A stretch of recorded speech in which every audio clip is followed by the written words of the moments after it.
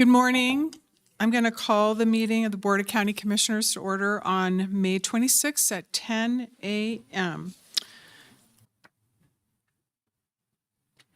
Please join me in saluting the flag.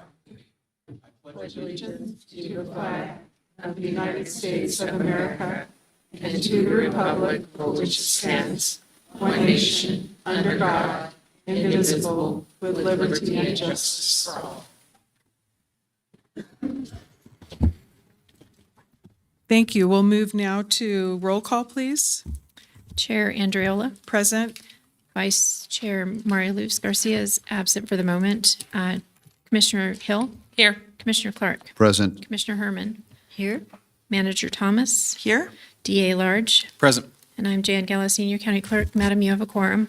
Thank you. We'll move now to item 3, Manager Thomas. Thank you. Item 3 is our invocation, and we have this morning Monique Jacobs from Catholic Charities joining us to lead us through the invocation. Good morning. Elie Wiesel, child prisoner of Jewish descent during the Nazi regime, wrote many books during his lifetime in order to share the horrors of what victims of the Holocaust suffered. In one of his books, Night, in that book, he says 2 things that remain with me. Never allow anyone to be humiliated in your presence, and be a blessing. Etymologically, the word for blessing in Hebrew is deeply connected to the word for knees. We bend our knees when lifting something heavy. Being a blessing both lifts us up and allows us to carry heavy burdens. In so many of our cultures and faith traditions, blessings hold a place of importance. In the Catholic tradition, some blessings may only be conveyed by clergy, while others can be a gift given by any person to another. So what is a blessing? A blessing is a kind of circle of light drawn around a person to protect, heal, and strengthen. Life is a constant flow of emergence. The blessing and the beauty of it is a belief that it can affect what will unfold. To be in this world is to be confined by limitation and difficulty. When we bless, we are enabled somehow to go beyond our present frontiers and reach into the source. A blessing awakens future wholeness. We never see the script of our lives, nor do we know what's coming toward us, nor why our life takes on particular shape or consequence. A blessing is different from a greeting or a hug, a salute or affirmation. It opens a different door in human encounter. One enters into the nonlinear territory that belongs to a God who transcends time and space. Our longing for a better, more whole and healed world enkindles our imagination to bless. Regardless of how we configure the divine, the human heart continues to dream of a state of wholeness, a place where everything comes together, where loss can be made good, where blindness will transform into vision, where damage will be made whole, where the clenched question will open in the house of surprise. All blessings, from one human to another, are inspired and have come to fullness first within the heart of God and are an expression of God's continual, gentle cultivation of our healing and wholeness. To invoke a blessing is to call some of that eternal wholeness upon a person or person in front of us. So I want to offer a blessing for you now. How's that for a long prelude, right? But I ask that the God that I know and love to extend a blessing to each of you today for assistance in the burdens you carry, for compassionate discernment in decision-making, real joy manifested in your service and commitment, and that the hope which animates your heart would be sustained when that hope grows thin, when we never allow anyone to be humiliated in our presence, and may all be well with your soul. Go be a blessing today. Thank you. We'll go ahead and close item 3 and move to item 4A1. Manager Thomas. Thank you. This item is a general update from Truckee Meadows Fire and Rescue Chief Richard Edwards, who is here this morning for an update. Thank you.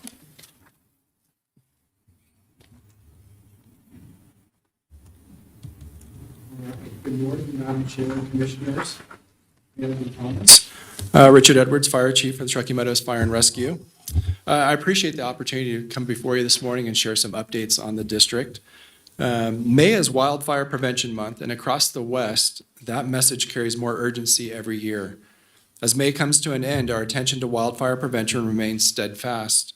Here in northern Nevada, we know wildfire is not a distant threat. It's a year-round reality that impacts our neighborhoods, our economy, our watersheds, and most importantly, the safety of our residents and firefighters. What makes Wildfire Prevention Month so important that it reminds us that the most effective wildfire is the one that never starts. While we continue investing in suppression capabilities, interagency coordination, fuel mitigation projects, and emergency response, prevention remains our strongest and most cost-effective tool. The vast majority of wildfires are human-caused. That means many of them are preventable through education, awareness, and personal responsibility.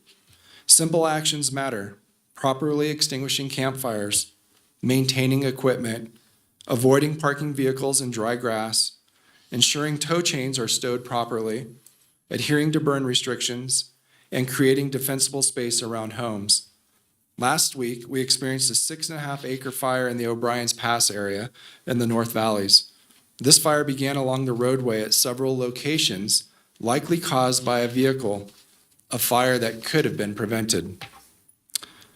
I also want to recognize the tremendous partnerships that make prevention possible. Our firefighters, prevention staff, local governments, state and federal agencies, utility providers, and community organizations are working together to reduce risk before fire season intensifies.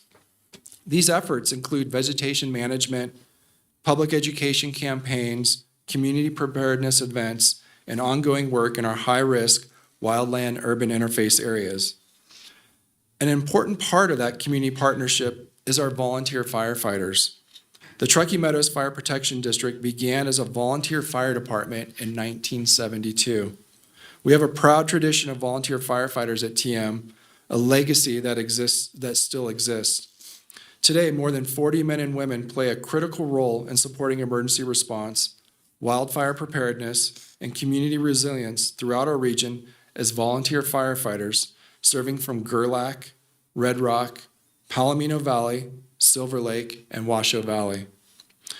For community members looking to serve in a meaningful way, becoming a volunteer firefighter is an opportunity to directly protect their neighbors and contribute to public safety. Anyone interested in serving can contact the Truckee Meadows Fire Protection District at 775-447-4017 to learn more about training requirements, station opportunities, and the application process. Information is also available on our website at tmfpd.us. Wildfire resilience is truly a shared responsibility. Every resident has a role in protecting their home, their neighborhood, and our community. As we move into the summer months, conditions across the region are already reminding us how quickly fire danger can escalate. This month serves as an opportunity not only to raise awareness, but to encourage action. As I wrap up, I'd also like to invite everyone to next week's America 250 event at the Washoe County Courthouse, where Truckee Meadows Fire and Rescue has the honor of being June's local champion of democracy. Please join us on Wednesday, June 3rd at 8 a.m. out on the courthouse steps for a fun, patriotic event celebrating our nation's birthday. And that concludes my update. Thank you. I hope everyone can come out on June 3rd for sure. And thanks to everyone, especially the volunteer firefighters, right? So, Absolutely. Any questions or? Well, thank you, Chief Edwards. Thank you so much. We'll go ahead and close item 4 and move to public comment. Manager Thomas. Thank you, Madam Chair. This is public comment, and comment heard under this item will be limited to 3 minutes per person, and it may pertain to matters both on and off the commission agenda. Unused time may not be allocated to other speakers. The commission will also hear public comment during individual action items with comment limited to 3 minutes per person. Comments are to be made to the commission as a whole, and virtual public comment may be taken when facilities are available. Thank you. Do we have any public comment? Yes, we do, Madam Chair. Prior to that, I would like to state for the record, Vice Chair Garcia did show up at 10:01, so during the roll call. The record will reflect that. So first up for public comment, we have Tammy Holtstill, followed by Val White. And I do have documents to distribute for Ms. Holtstill.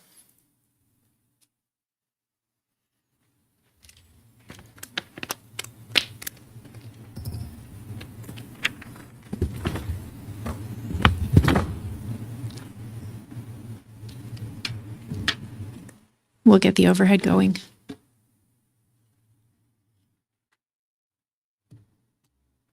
He's working on it. There you go.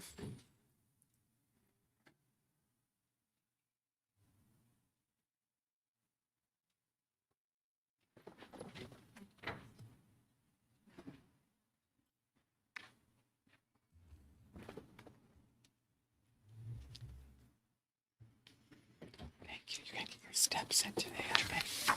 Thanks.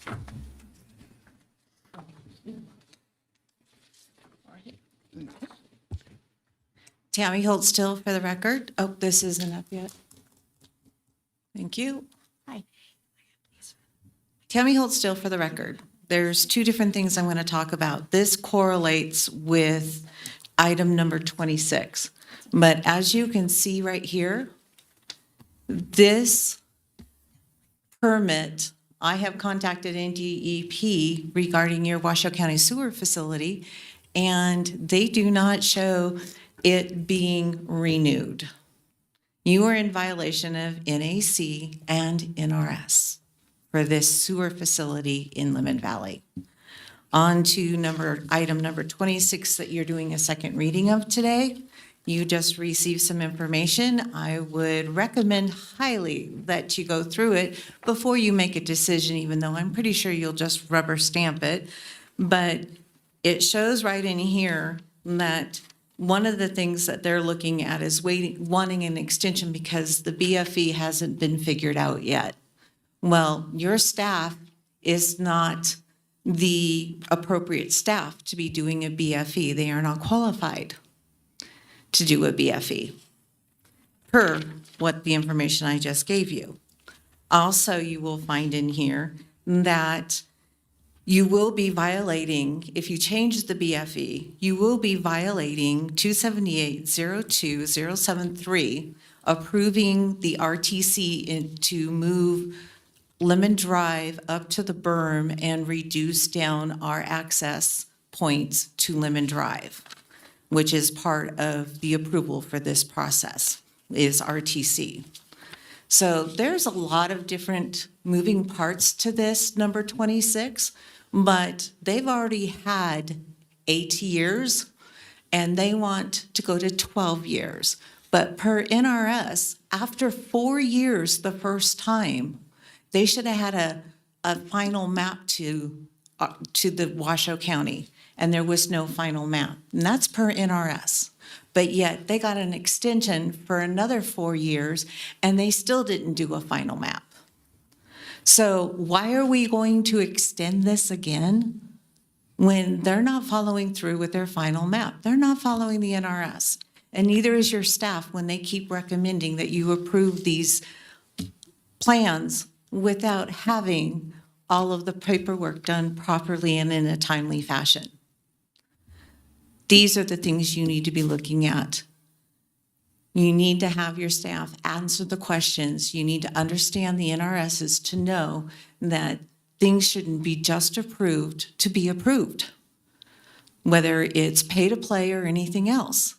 You need to follow the law just like the rest of us citizens do. And we expect that developments would be the same way also. Thank you. Thank you. Next up, Val White, followed by Brianna Forozowski, and Ms. White does have documents to distribute.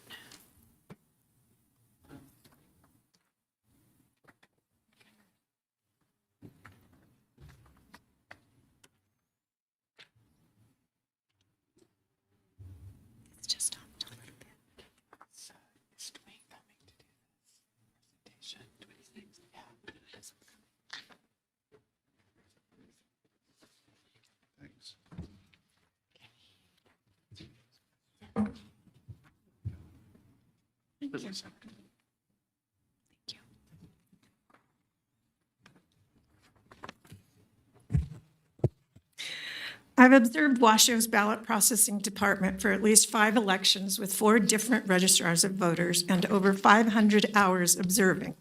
Here are some observations I can share. 1, cell phones are being used everywhere in the elections department, including the tabulation room, which is also called the EMS room for election management system. McDonald, Andrew, is an IT specialist and the registrar of voters who allows staff, vendors, visitors, and the media to use cell phones anywhere in the department, including the tabulation room, what should be the most secure room in the department. Harvard's Kennedy Center and other experts strongly advise that all devices capable of wireless communication be prohibited. Why? Because any wireless device can be used to intrude data or code and extrude data from the election system. McDonald is knowingly weakening the department's cybersecurity. A Department of Defense expert's brief assessment of the department concluded that it is a complete and total cybersecurity failure. More cybersecurity failures. Experts state that removable storage devices like thumb drives and SD cards should only be used once and only carry data in one direction. Instead, McDonald established a procedure to transfer data in and out of the tabulation room by repeatedly reusing a single thumb drive throughout the entire election because the drive was reformatted. That's like using a condom over and over again because you rinsed it out. The thumb drive isn't secured between uses and leaves the EMS tabulation room leaves it in the staff's pocket and at risk. Where does the drive go every day? McDonald knows you're not tech experts. He's not telling you that he's disregarding established IT cybersecurity best practices. The entire department is cybersecurity Swiss cheese. Next, the cage, where ballots are stored. It's a jumbled mess. Ballots that have already been scanned are not sealed to prevent mixing with ballots that haven't been scanned. Scanned ballots sit in open trays where a bad actor or careless temp worker could easily mix ballots, allowing them to be scanned multiple times. There's no visibility in the cage's organization. It's not visible in person, not visible on the video cameras, and shelving labels aren't visible. No meaningful observation. Last, another power outage. We have one almost every election. Will McDonald again disconnect the backup generator like he did in the 2024 election when the entire system went down? Call me. I've got lots more. Thank you. Brianna Forozowski, followed by Terry Brooks.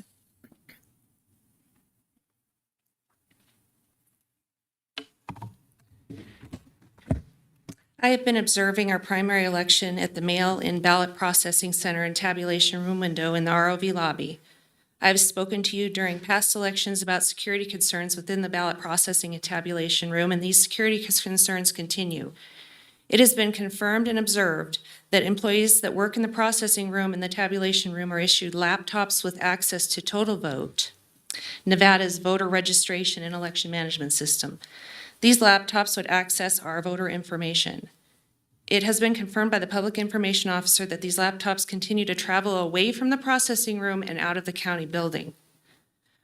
Once a laptop leaves the processing room, it can be subjected to removable media or devices that can bridge air gaps.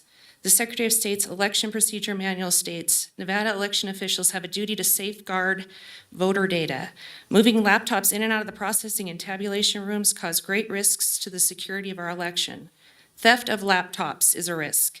Hewlett-Packard wrote an article in October of 2024 that stated approximately 1,800 laptops are stolen daily in the U.S., and 80% of data breaches involve stolen devices. The most frequent scenarios include vehicle break-ins, workplace thefts, and home burglaries. We have experienced at least 2 major cyber attacks in our state this past year. A couple weeks ago, UNR experienced a ransomware data breach incident of their Canvas system that exposed student information and disrupted education during finals week. In August, Nevada experienced a devastating ransomware attack. Agencies and critical services were impacted, and the hacker gained access to more than 24,000 files. I have made numerous requests since 2024 for a live stream camera view of the tabulation room where all votes arrive from voting machines on external devices. I emailed all of you about this recently, and only Commissioners Hill and Herman responded. Commissioner Hill contacted the public information officer and asked him to reach out to me, but it was Commissioner Herman who responded personally to my email and asked to meet with me. I'm disappointed that I didn't receive a reply from my county commissioner. Our entire county's ballots and votes are tabulated in this room. Not one single security camera monitors that room. No security monitoring for equipment, employees, or our votes. If someone falsely accuses staff of theft or wrongdoing, you have no camera footage to protect them. The camera views on the processing room live stream lack meaningful observation. And finally, could you please leave the lights on in the processing and tabulation rooms? Live stream camera views are dark at night, and I've asked for the tabulation room lights while I'm viewing that window during the day, and my requests are ignored. Thank you. Thank you. Terry Brooks, followed by Robbie Williams.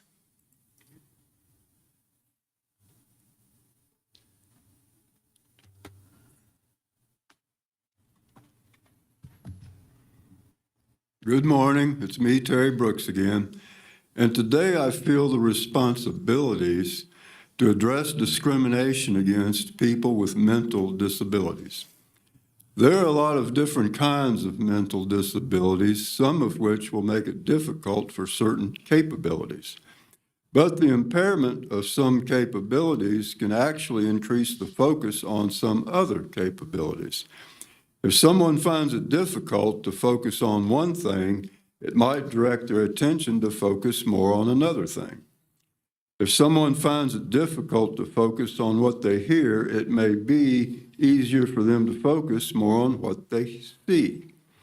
Or if someone finds it difficult to focus on quality, their attention might be focused more on quantity. Everyone experiences a different possession of a variety of all kinds of obsession. Some people are obsessed with what their mind occupies, of which it is easier for them to memorize. So when such a thing at the time applies, it is easier for them to recognize. And in some cases, that really simplifies the situation where such people supervise. Some people are obsessed with things being alphabetized, which can wind up making an inventory more organized. Some people are obsessed with things that rhyme. That could or could not be a waste of time. We are all different in our own mental ways, so we are all valuable in a variety of ways. I would like to thank you all for putting up with me today and for listening to me talk in my own obsessive way. Thank you. Thank you. Robbie Williams, followed by Oscar Williams.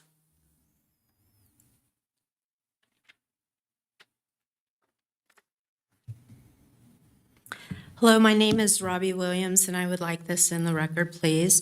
I'm here to respectfully ask, is this the level of transparency our community deserves? Transparency. In 2024, a live stream monitor was placed in the lobby so citizens could watch ballot processing in real time when we are not in what we call the fish tank. In 2026, that monitor has been removed with no plans to bring it back.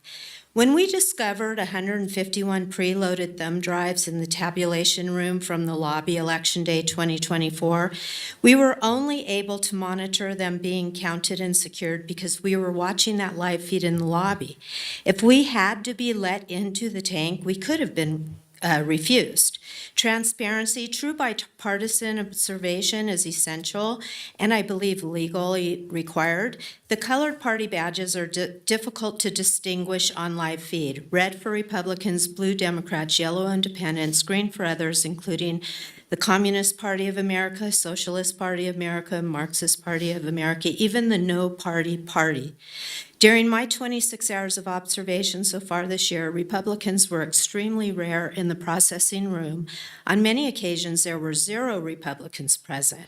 Several Republicans have told me they applied to work in the processing area, but were told all positions were already filled.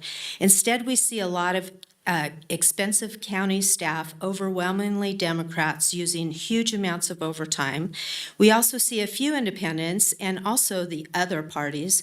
They're doing the tasks. And what we saw was things like sorting rubber bands by high-ranking staff, vacuuming, things like that, instead of citizens that want to be part of the process. Is that transparency? Visibility remains a serious problem in 2024. Ballot sorting was done by a single person far back in the inside cage in 2024. We discussed it, but it was later blocked by a bookcase. Even now in 26, large areas of the work tables are not observable. Transparency, we have also seen over 9,000 undeliverable ballots return this cycle, even after removing more than 10,800 inactive voters and canceling 397 between January and March this year, just 10 weeks ago, while still paying Eric for additional back-end cleaning. Why? Why are there so many undeliverable and unknown ballots? Transparency, is that what we have? Finally, regarding the new election center on Longley Lane, why has there been no request for input from citizens who have logged over 100 hours observing just in 2024 alone? We have serious concerns that the proposed design will not allow for meaningful observation overall or proper ADA compliance. Truly want public confidence in our elections, which is what you're asking for, these are the things you should ask us, and these are the things we need. Thank you. Oscar Williams, followed by Laura Weatherington.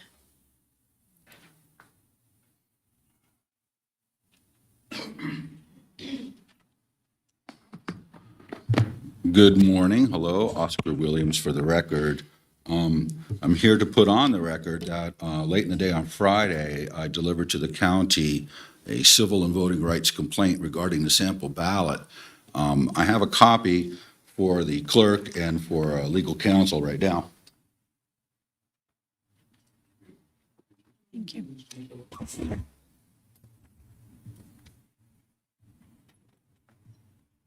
So I will briefly explain what it's about. It's actually very simple and clear.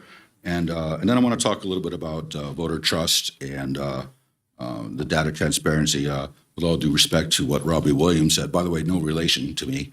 What we could benefit from would be a county-wide citizens advisory board regarding elections. I think that's what she's asking for. It's been bounced around. Maybe now's the time for that.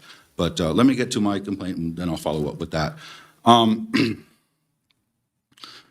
So, as most people know, that voters have a right to an accurate sample ballot. It's in our Constitution, it's in our statutes. Also, the statutes say that the sample ballot must be mailed to or for his or her precinct. All right, that concept goes around that the sample ballot that is mailed is reflective of the ballot that you will be casting. Okay, that is memorialized. If we go back to just the 2022 primary. See if I can get this on the overhead. Okay, it might be hard to read, but right here it says, it is a sample of the ballot you will receive when you vote, okay? That was the standard in 2022 primary.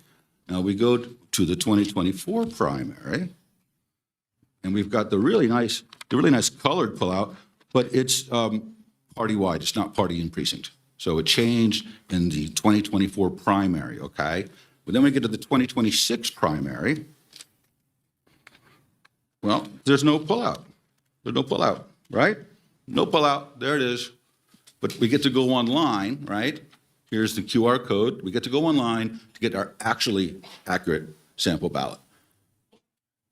Here are the problems with that, and where federal civil rights and voting rights come involved.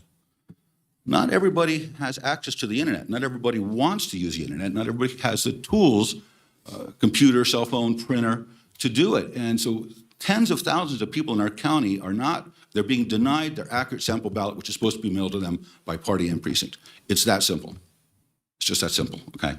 So I've got a nice big fat complaint that I filed, delivered to the county on Friday for each of you, to the county manager, right? Registrar of Voters got a courtesy copy. Also sent a copy to Eric Neff, the Acting Director, Department of Justice, Civil Rights Voting Section. Damn, running out of time already. And U.S. Attorney Segal Chata. Sorry, I'm running out of time. Thank you. Thank you. Laura Weatherington, followed by Haley Hayden.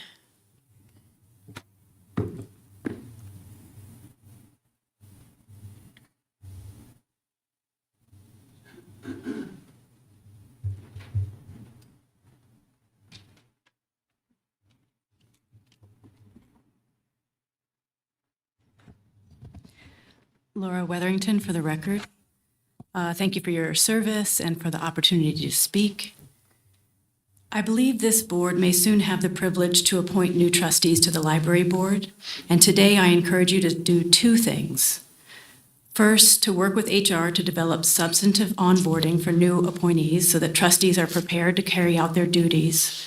At minimum, they should understand open meeting law, Robert's Rules of Order, and the NRS statutes pertaining to ethics. And two, to assign a commissioner as a liaison for the library board.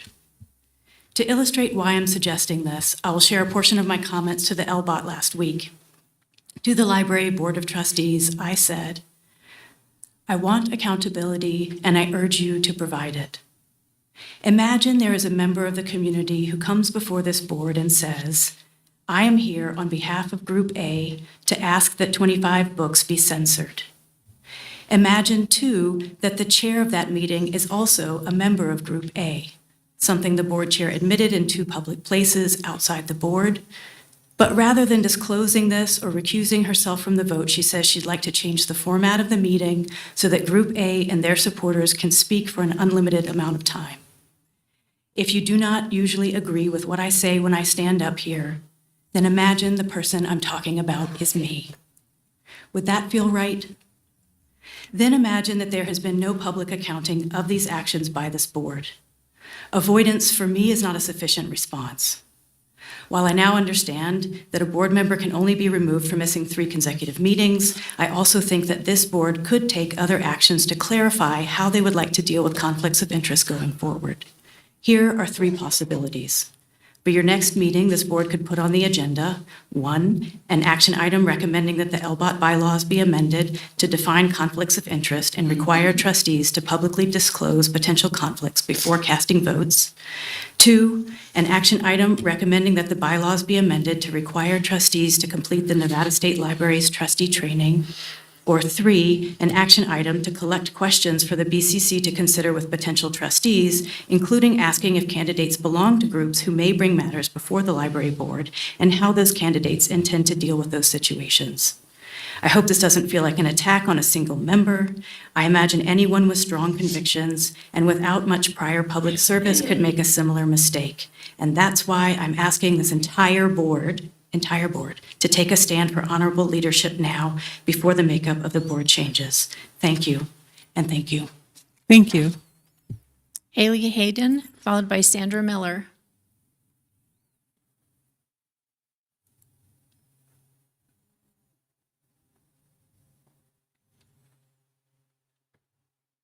Good morning. My name is Haley Hayden. I work with Donor Network West as their Community Engagement and Partnership Development Specialist, and I'm actually a member of the Chamber of Commerce, the Reno Sparks Chamber of Commerce Leadership class for 2026.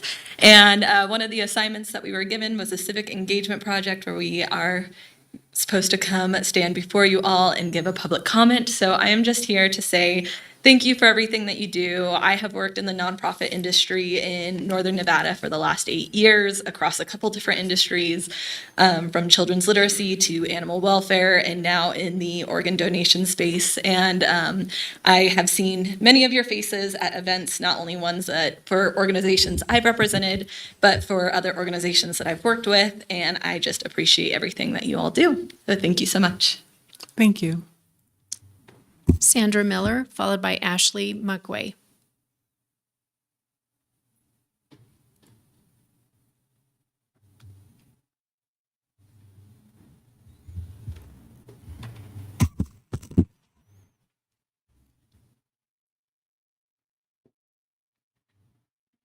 Good morning. I have two issues here. I have an issue with Social Security Administration and landlords. Okay. It's getting out of hand with landlords where they increase the rent. I was working here and I know that I have a history of strokes. Okay. So when I moved in here, my son had been here like 12 years. So I decided to follow my son here. And just coming up here, I had a stroke.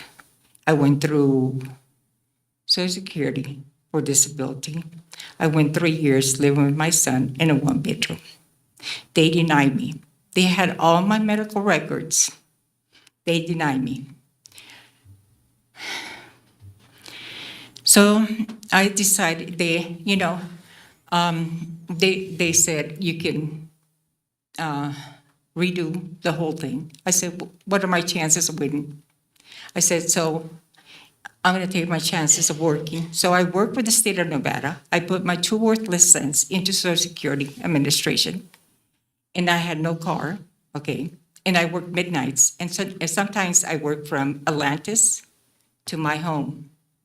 It was very dangerous at times, but I was full-time for 4 years. So when I was working for Walgreens, I had my first stroke. I had to save my money because I knew that I had a stroke, that I had to recover 2 months, and that's what I did. From Walgreens, then I went to Atlantis, and I was getting good pay. And then from Atlantis, I got my own apartment, and I lived close to my son, the same building. And then from there, I had to recover, okay? And I think it did more damage when I was at Atlantis, I guess the stress and all that.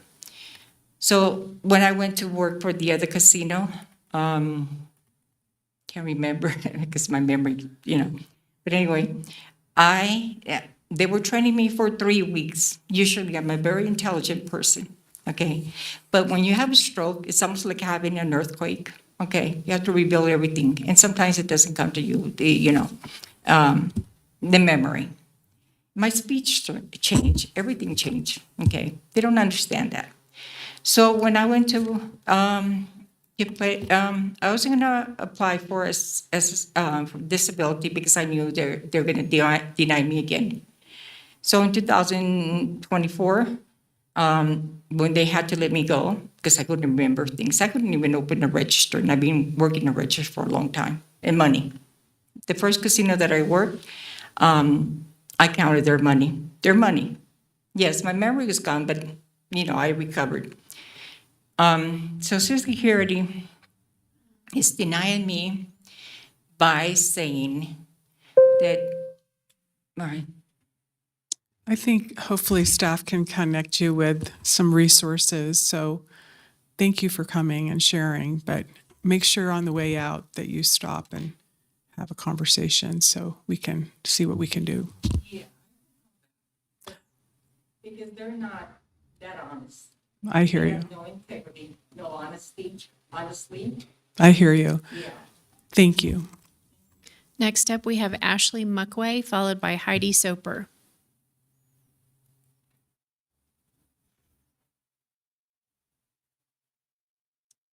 Hi, I'm Ashley Muckway. I'm with Big Brothers Big Sisters of Northern Nevada. And like Haley, I'm in the 2026 Reno Sparks Chamber Leadership class, best class ever. And I am here for my civic duty. Through the course of the last, 6 months-ish with the organization, I've really saw the inside of how you all operate and what you all do for Reno and the greater area. So I just want to say thank you, as Haley did, and do a little plug for Big Brothers Big Sisters, that we always need more qualified adults to volunteer for our programming. Right now, we have 150 kids on our wait list, and if we open that up, it'd be thousands of kids. We know that. Our youth are facing a multitude of challenges nowadays. I can imagine we all put ourselves in their shoes sometimes with technology, the economy, education, all the things. And so we're always looking for qualified adults to volunteer their time. It only takes 4 hours a month. And it is really fun, and you can do whatever you do as your free time with them. My boss goes to Costco with his little, and they talk about shopping and healthy habits, and then they celebrate with a hot dog. So it's that simple. If you are interested in volunteering, visit bbbsnn.org. And thank you all. I know some of you have been involved in the organization before, but thank you, and that's all. Thank you. Heidi Soper.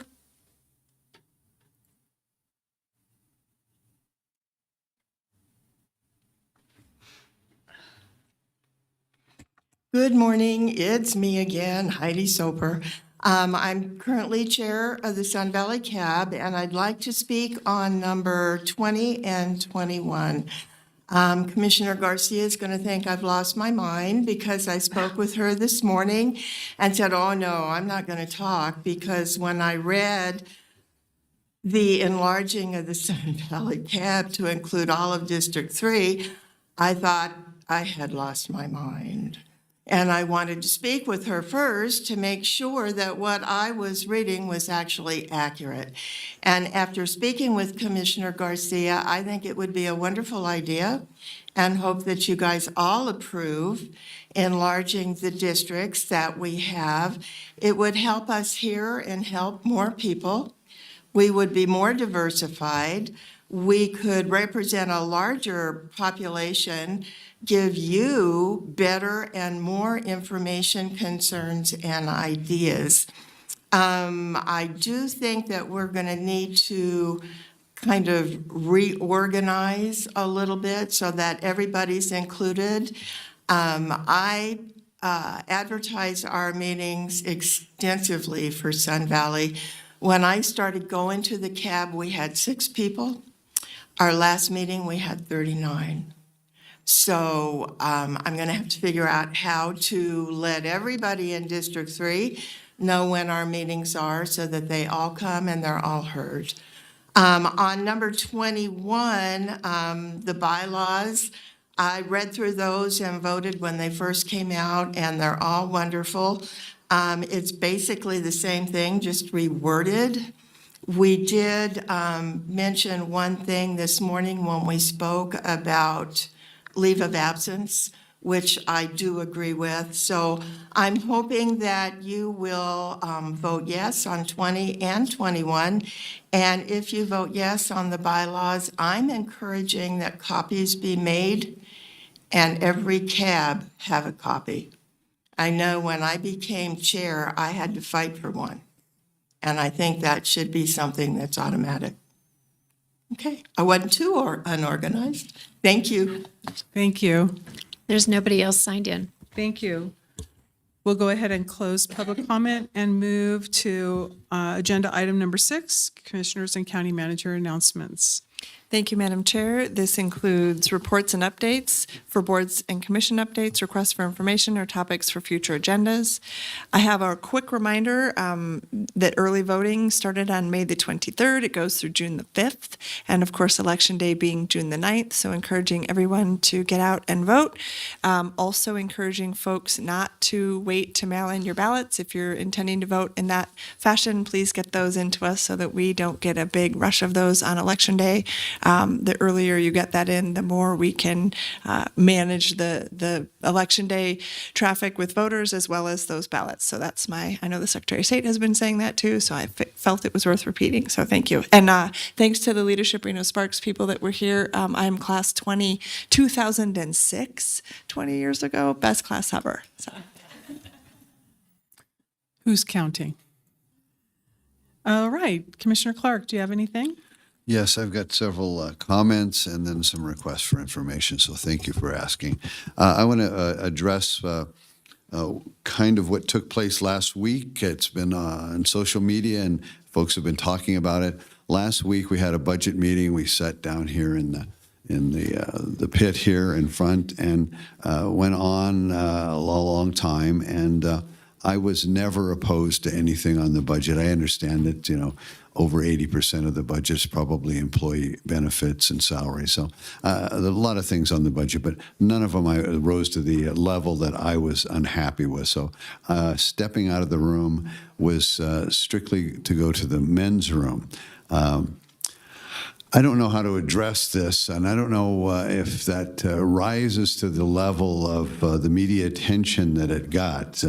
I want to make sure that the media understands that the Washoe County chair does not speak for me ever on any issue. She can speak for the county and the other commissioners, but if anybody needs to get an answer from me, they should reach out to me directly. That goes the same with the public information officer for the county. Does not speak for me ever about anything. If anybody needs to talk to me, they can talk to me directly.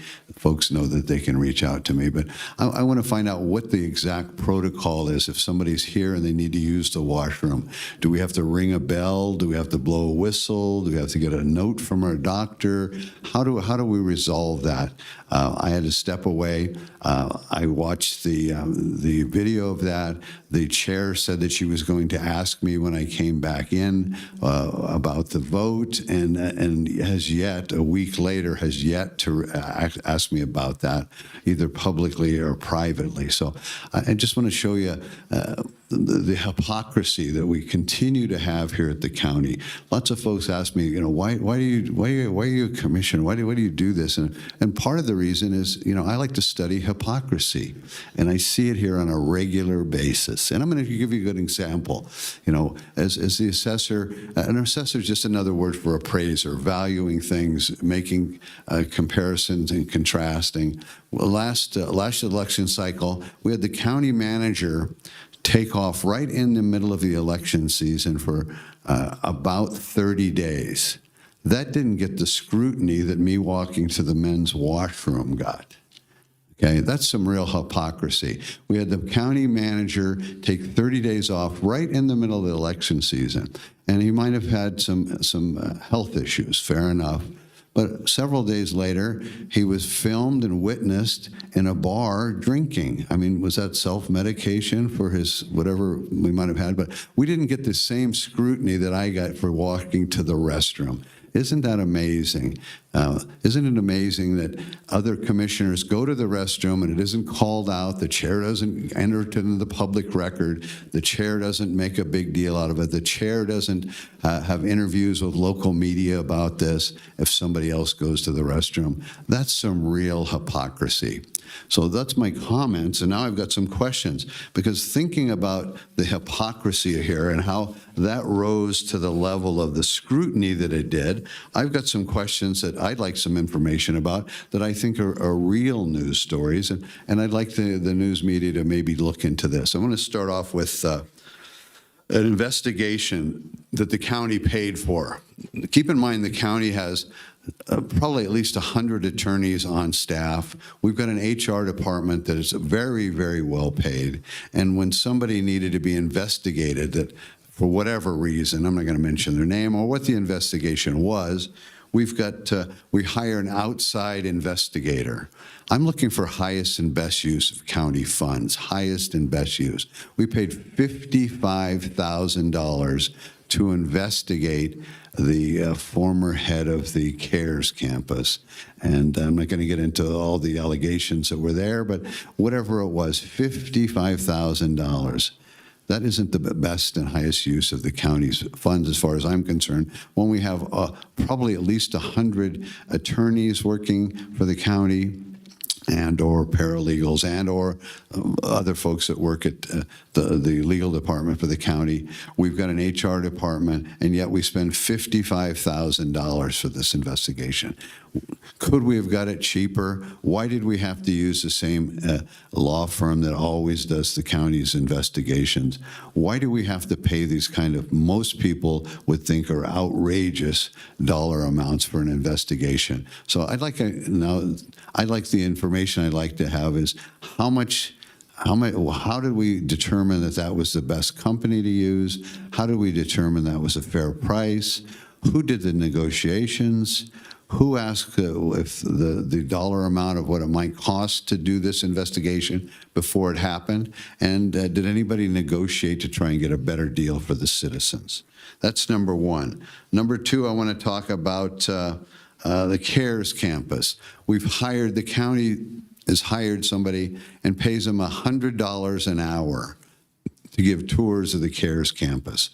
How did that get approved? I've asked the question, who brought that to the county's attention? Whose bright idea was that? $100 an hour. If you Google how much the average pay is in this county, it's about $36 an hour. So why would we pay somebody $100 an hour? Again, is this the highest and best use of these funds? Could we have used that money for people actually housed at the CARES campus? I know the Chamber of Commerce does a great job with getting folks their GEDs and financial literacy and other things, and I've contributed my discretionary funds to that. Maybe the money that we use for the tour guide should have been used to help the people that are there. The county's got several thousand employees. If we need a tour guide, let's use somebody who's already on the payroll. So that's my question. How was that determined? Who decided to hire that person? How did the dollar amount come up? And how was that determined? And who actually voted on that? That's the second one. The third one I want to talk about. This one is just beyond belief. We've got a nonprofit here in the town, and again, this is something that should be investigated by local journalists that really want to cover something besides potty breaks. Okay. We've got a nonprofit here in town that's got $2 million in the bank, they claim. They needed another almost $1 million to finish their project. The county gave them $980,000. As soon as we gave them the $980,000, they spent the $2 million. They spent the money that we gave. The project didn't get built. They've over-encumbered the property. They have liens against the property. They haven't paid their sewer bills. And how did this happen? And the most egregious part of this particular story was this is opioid funds. Opioid funds. People suffered. People died. Big Pharma gave the money to try and help people, and we failed. We did not help people. We gave money to people who didn't handle the money properly. And a real question is that $2 million that they used as bait to get the county to give us extra money, where did that money come from? This is a nonprofit. So did they get money from Sparks? Did they get money from Reno? Did they get money from the state of Nevada? I think the $2 million was also gone missing, and we need to find out how come that took place. Who's overseeing that? Did we have any financial records on these people? Did we have background checks on these people? Did we have credit reports on these people? How does that happen?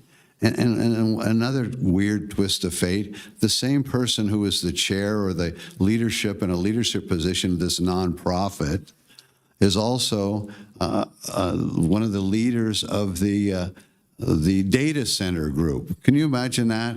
We've got somebody who's the spokesperson for the data center coalition of data center builders, and that person was the same person that was in charge of this. So, you know, you got to follow this. Commissioner Garcia mentioned a few weeks back about if they catch bad actors working at one massage parlor and then they show up at another massage parlor. Well, I think the same thing should apply to these nonprofits. If we find somebody doing something wrong at one nonprofit, we should find out and not let them work for other nonprofits and use that same criteria. So a lot of money, a lot of people were addicted to drugs, a lot of people suffered. That money didn't just come from nowhere. The Big Pharma gave it because of what they were accused of doing and harming the community, and we should have used that to help the community, and we didn't. Next, I want to talk about, this is something that it's just horrific. Just came out in the news the other day that the district attorney is going to file the death penalty against that mother and father that killed their daughter out in the North Valleys, and your districts out there in the North Valleys. You know, I asked a question over a year ago, or when the little girl was first killed, and at that particular time, I asked how many interactions did the county have with that address, and it wasn't disclosed. They wouldn't tell me. They said the case was closed. Since we've learned of this death, neighbors had reported it time and time and time again to the county, to the sheriffs, and others, and it went unheeded. And the little girl's dead now. And so my question again, request for information. When did we know that this was taking place? How many times did the individuals report this was taking place? How much involvement has the sheriff had? And how much involvement is the district attorney's office going to have in this case? So those are my requests for information. And again, I think all of those potential stories certainly rise to the level much more important than who got up and went to the restroom for 3 minutes. I think any prudent person would agree. These are much more interesting and much more to the point of what we need to hear to do things better around here to prevent this kind of thing happening. Thank you, Madam Chair. Thank you. I would just like to go on the record. I never spoke with any media or anyone about that. Just want to make sure that you're aware. Did you ask me when I came back in the room, as you said on the tape, that you were going to? I said on the tape, maybe we should ask, just wondering. So I wasn't inquiring, it was more just an inquirer. And Sure. But I never spoke with anyone. I never spoke with the media. I never spoke about it. So just for the record. That's my impression, and I'm not going to back down from that. Can you tell us the protocol when we go to the restroom? And can you also say why you call out when I go to the restroom and you don't call out when the other commissioners go to the restroom? Let's get that on the record, please. I will say that I have called if people have not been present during the vote. So it wasn't just calling out you. It was calling out just because of the record reflecting that. That's number one. Number two, I don't think it's appropriate for me to establish exactly what the protocol. I can tell you in the over 20 plus years that I've served in public bodies, both governor appointed and other aspects. Anytime it's governed by open meeting law, there's always, I think, an opportunity to share with the chair that you're going to leave. I know that when it was the previous chair, I would always let her know if I'm going to leave, especially with something where we know that the vote is happening. But in terms of me representing protocol, I don't think that's appropriate at this time. So then I'd like to make a request that we put that on as an agenda item on what the proper protocol is to be excused to go to the restroom. Do we have to say, Mother, may I? How do you have to how do we get to go out of here without being ostracized about it? Well, I don't think that anyone was trying to ostracize I said, you. can we put it on the agenda? That's all I'm asking. Thank you. Oh, I thought you wanted clarification, but thank you for clarifying. So, thanks. Commissioner Hill. Thank you. I wanted to address the public commenter who was talking about the recommendation on the library board, and I do believe that we're going to have agendized a liaison from the Board of County Commissioners on the library board in June. Am I correct, Madam Chair? That's my understanding. Okay, great. I just wanted to put that on the record to make that clear, that that's been something that I requested, but I know other board members have wanted to see that as well. So that will be good to have that. And then on the other protocol of training up all of our boards and commissions, I think that is a goal that we have placed on our manager. So I hear that public commenter loud and clear. That's an issue that we've seen throughout the county, and Manager Thomas is focused on that program and looking forward to seeing that move forward. So thank you for those. Thank you, Madam Chair. Thank you, Vice Chair Garcia. Vice Chair Herman? Thanks. I'm going to echo, I know that I've been asking, and I certainly know the commission support staff, and I know the county manager, and I know Ms. Gustafson. in terms of really training, not only for the citizens advisory boards, but all boards, because it's very important that everyone understand the parameters to which they're serving, and I think we become better for it. And I'd like to thank the county manager for actually taking that initiative and seeing that we actually are putting things in place and being very prudent and efficient and dedicated to that. So I think we'll all be better for it. So thank you again. All right. We'll go ahead and close item 6 and move to item 7. Manager Thomas. Thank you. This is a presentation and update on the Washoe Opioid Abatement and Recovery Fund projects, and we're joined by Lauren Beal, who is our Grants and Community Program Analyst. Good morning. Hopefully everyone's doing great. Well, I appreciate you all. Oh, sorry.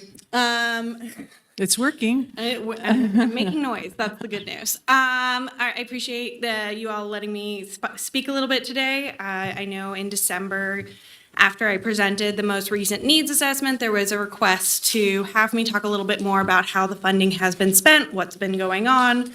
And so I'm going to try to do this in 10 minutes. And I believe in myself, and I hope you believe in me.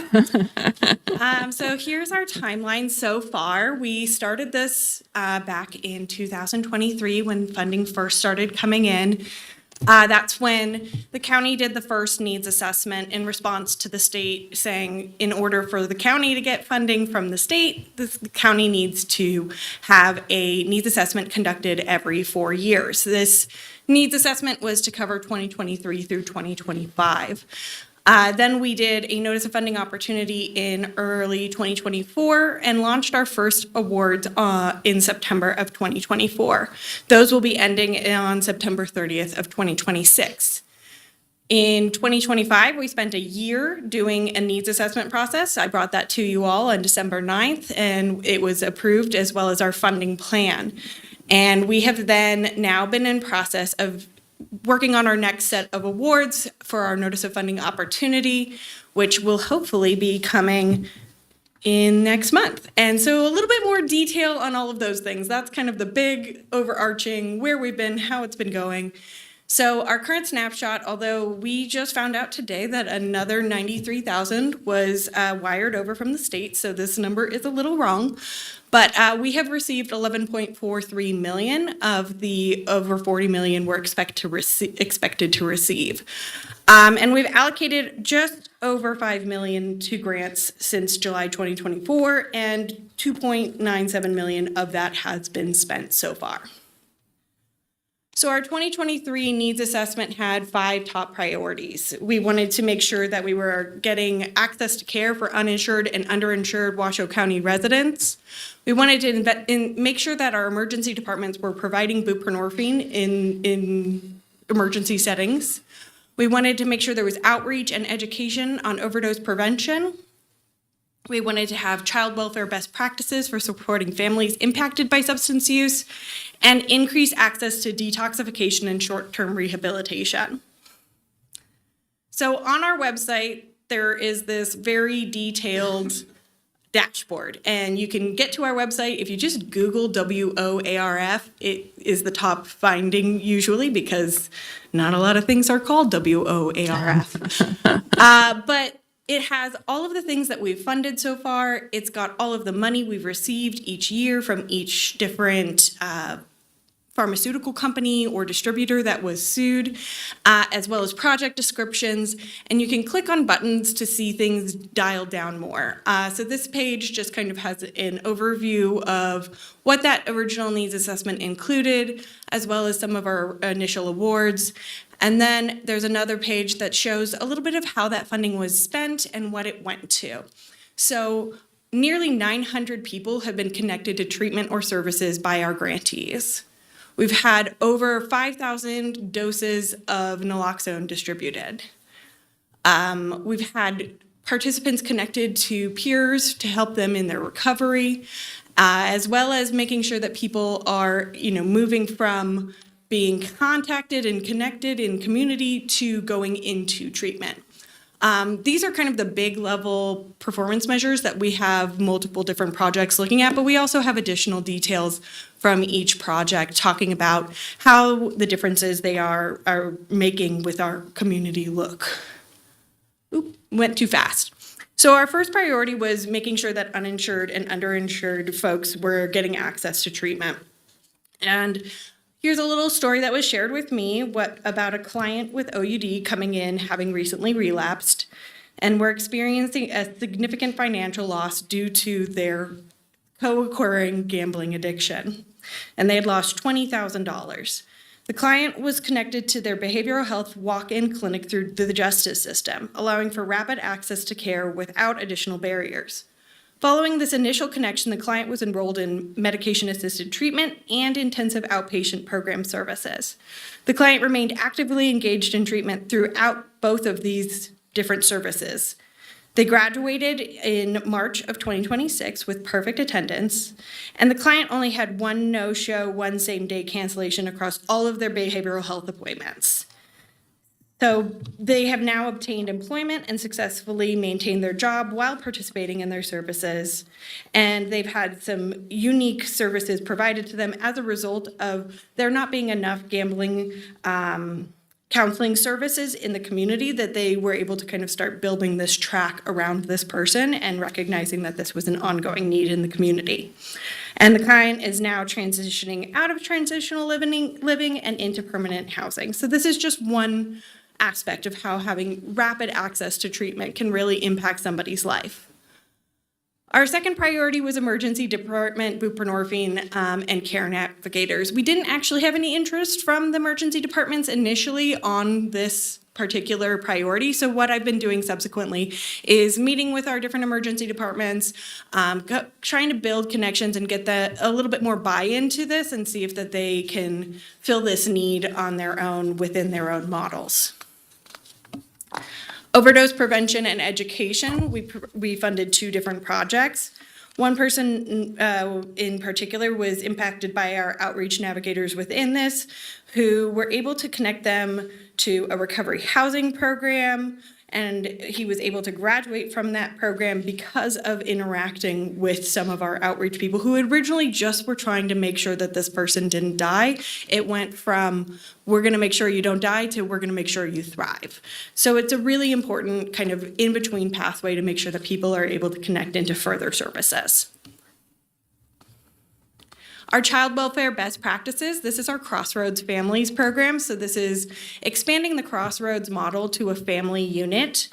And somebody's response here was, we have been able to facilitate the reunification of a father and infant child. With the supports we provide, he was able to transition to living at families and into an at-home safety plan with CPS. He is set to close his Safe Baby CPS case in July of this year. His child is now with him 24/7. He is a single dad, and he is learning how to balance his responsibilities and bonding time with his baby. Without Families Crossroads, there would have been no option for him to maintain his recovery in a supportive environment while pursuing reunification with his child. And then we have the Bristol Family Resources. Construction on a detox facility was our 5th priority. We've also provided capacity building and training. So we had a lot of requests for support from both grantees and community partners. So wanting to learn more about how to support pregnant and parenting people who use substances in a holistic manner, wanting to make sure that peers can get free of charge training to become peer recovery support specialists, as well as making sure that we have scholarships to local conferences that are relevant to the services and programs that people are doing. So that's kind of where we've been, and I'm trying to be cognizant of time. I presented on our funding plan and our needs assessment for the 2026-27 funding plan, 2026 through 2029 needs assessment, and we had 2 of the priorities that we wanted to continue, as well as 5 new priorities that came to the top. And so we want to make sure that we're doing outreach and connection to services, housing services, mobile health care, overdose prevention, child welfare best practices, program evaluation, and peer-led mental health supports for behavioral health workers. There are a ton more details on what's in that funding plan, what's in the needs assessment, again, on the website. It's 200 pages, but there's also little synopses at the top of each one that are much easier to read than the full 200 pages.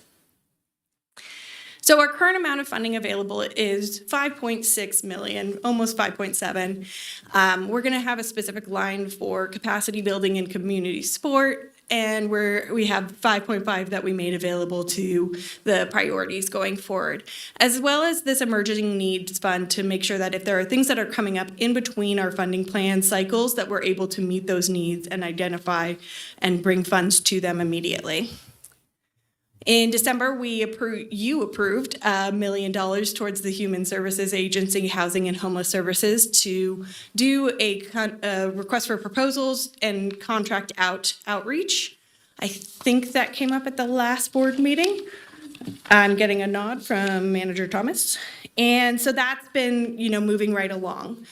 We're currently in our notice of funding opportunity process and our RFP process to do a program evaluation of Crossroads, as well as provide additional services. We would hopefully be seeing those awards begin on July 1. We had a reapplication for the Crossroads Families Program because it has been extremely successful. And that is my time. Wow. Miss Beal, you did that. Thank you. I need you to hold down your enthusiasm. You know that? I'm telling you, you are a breath of fresh air, and to handle everything that you're handling and juggling is just to be commended. So thank you. I'll open it up to questions at this time. Commissioner Clark. Thank you, Madam Chair. And I just want to be very clear about this. If my intensity level in commissioner comments was at about 70, this will be about 0 towards you, okay? I think you're doing a great job. I'll take my intensity level to 100% to the folks that, in my opinion, knew what they were doing at the time they did it. And I think that you got hoodwinked on this. So I have no animosity. So I hope you don't feel that. But if you could go back to that bristle cone slide, we're going to get into this a little bit.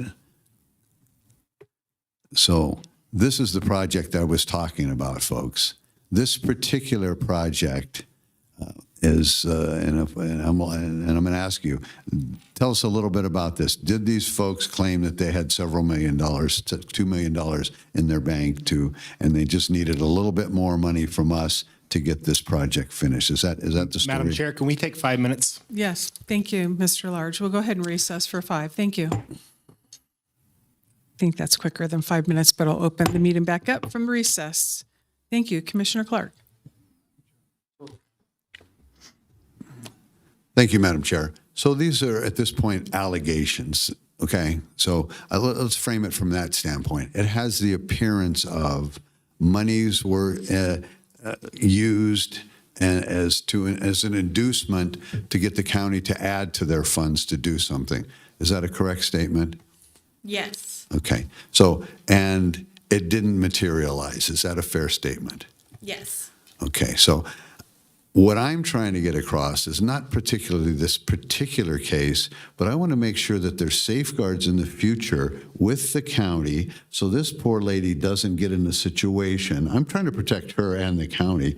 This person, it may sound like I'm attacking, but there's a reason for that. But the reality of this is I want to make sure things are in place that we don't get into this kind of a situation again. So the money, the highest and best use of this money was to help people.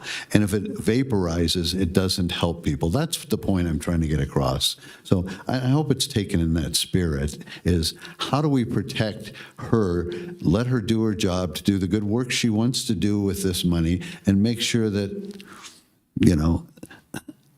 this kind of stuff is happening all over America, okay?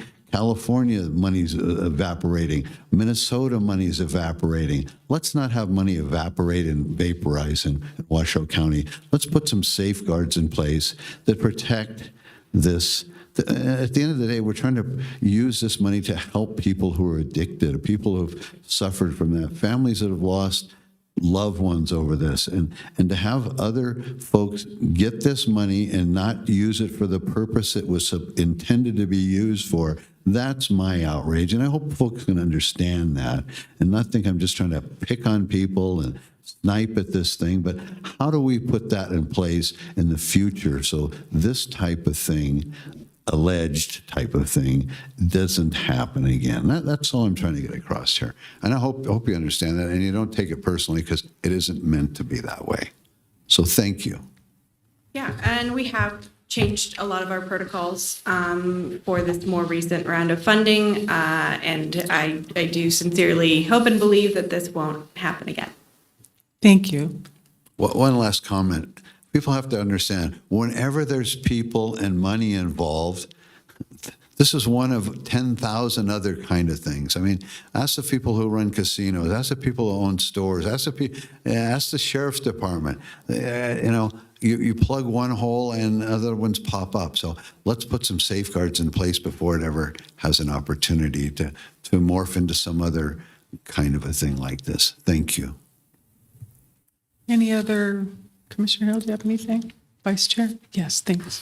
Thank you so much, Ms. Beal.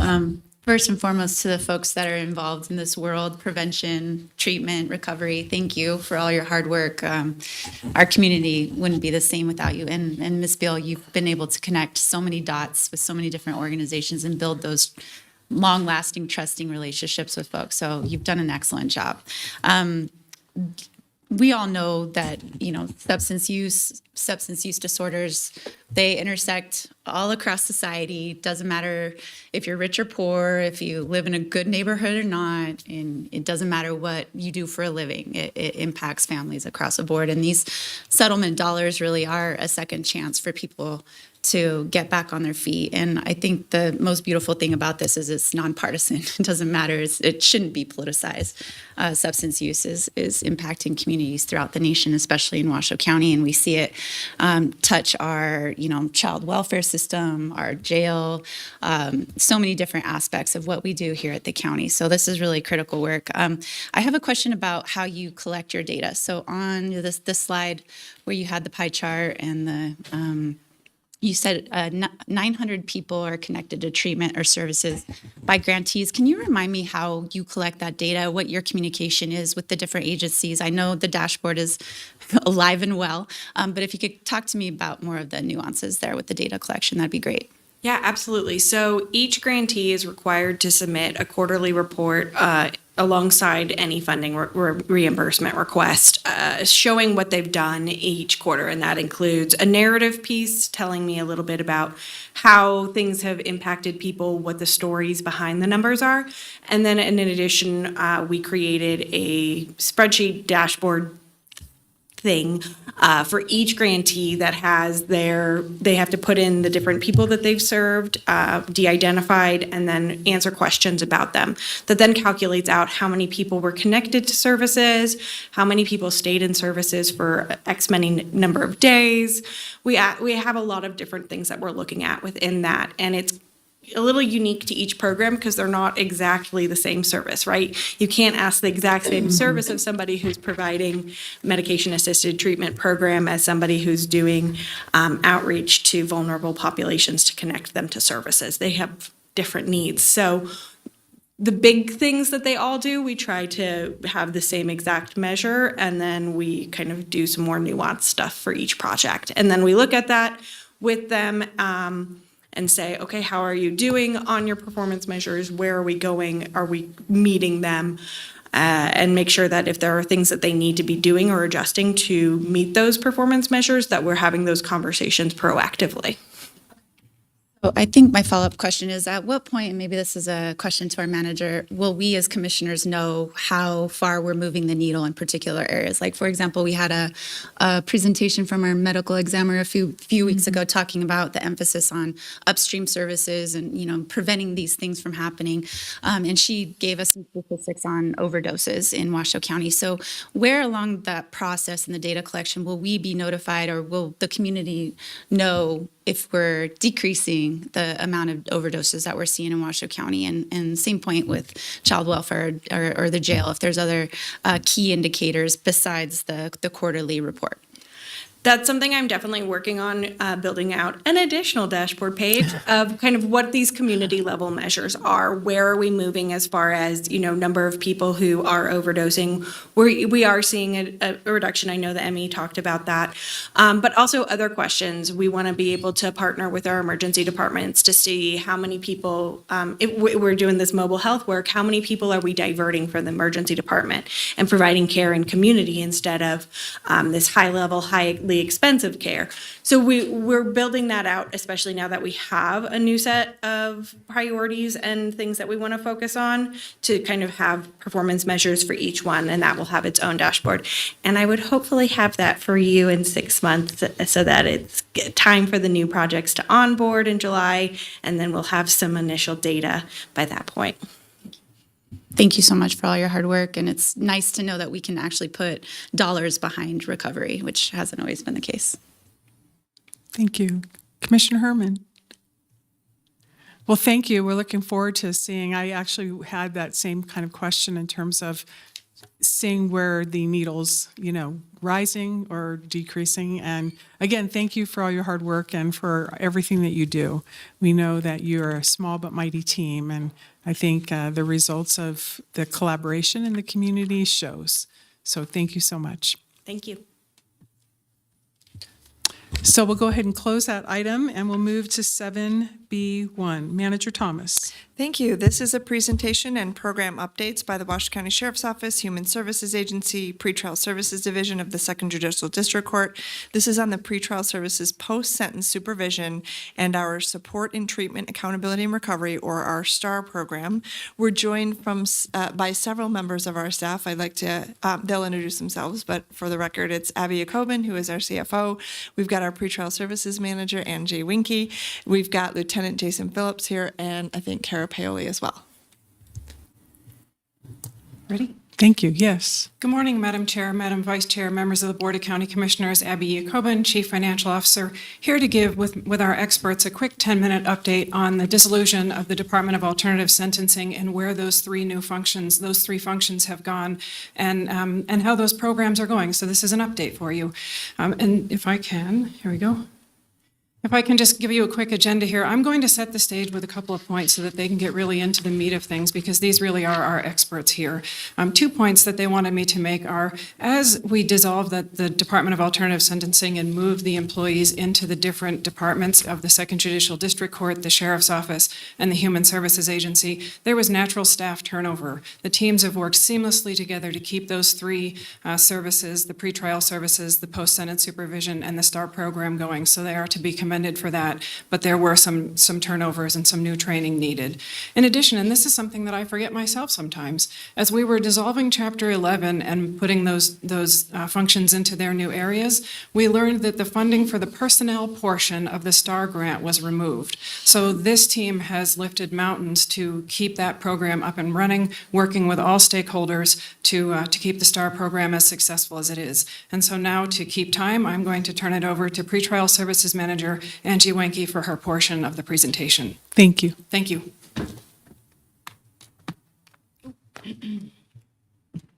Good morning, Commissioners, and thank you for the opportunity to briefly update you on the status of this transition. Let's see. As you can see from our slides right here, pretrial services moved intentionally in accordance with the vote of this board and Reno Justice Court's administrative order filed December 31st, 2025. The task of integrating the approximate 400 defendants that were from the DAS caseload onto the pretrial caseload was daunting. To ensure that we were prioritizing community safety and the correct energy, putting our energy in the right place, we took that 400-person caseload and we broke it up into 3 different groups. So we were using our energies accordingly. Since we've onboarded the original 400 people, you can see that our caseload is essentially doubled, and we're still adjusting to that new increase in caseload. Shifting to how the transition affected the jail team or the assessment team, Since December 31st, we immediately started executing release acknowledgments for all defendants released from Reno Justice Court. That too essentially doubled the contracts that we would originally be completing for stakeholders.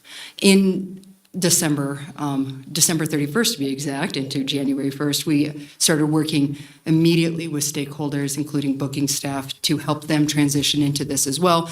It was a fast and furious transition that we had to make changes for, including adding new release documents and new systems in place, which brings me to my initiatives. We've worked very hard with all stakeholders, council, booking staff included, to ensure that we are creating efficient systems for this transition. And we continue to have productive and cooperative meetings with Reno Justice Court to really grind down those systems and ensure that we're being intentional with those. One of those initiatives that we are working with Reno Justice Court is completing the DUI rant, or assisting with completing the DUI rant at the earliest stages of the process, and hope to facilitate meaningful conversation with them on what metrics of data they're interested in the future. We continue to remain open to meeting the needs of our stakeholders and the needs of this board. Thank you.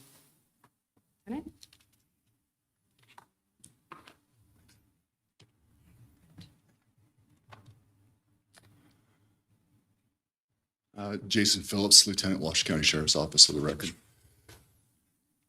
January 1st, the Washoe County Sheriff's Office absorbed 7 commission personnel, to include 2 sergeants and 5 officers.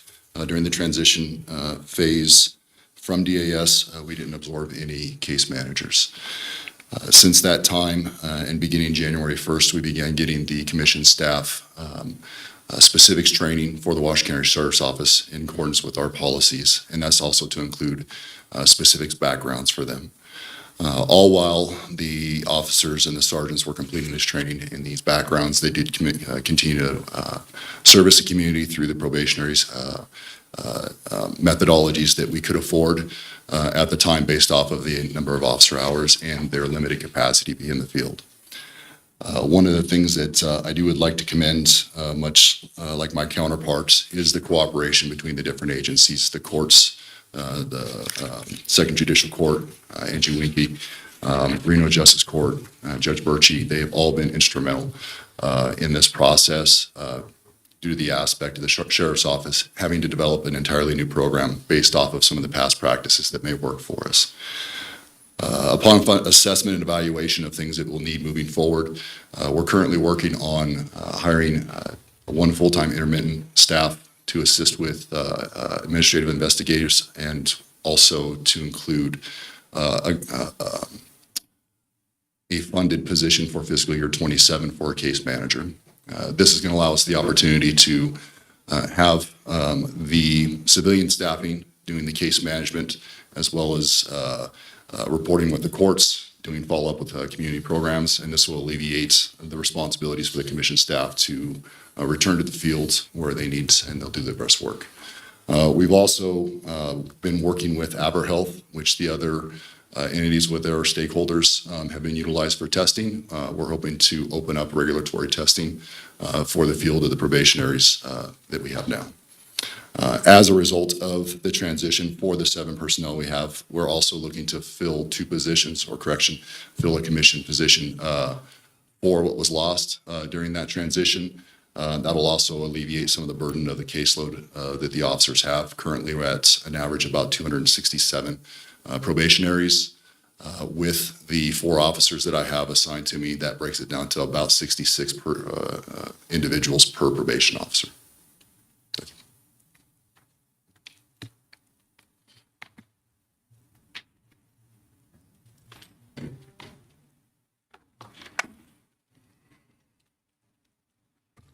Good morning. I'm Kara Pally. I'm a division director with Washoe County Human Services Agency.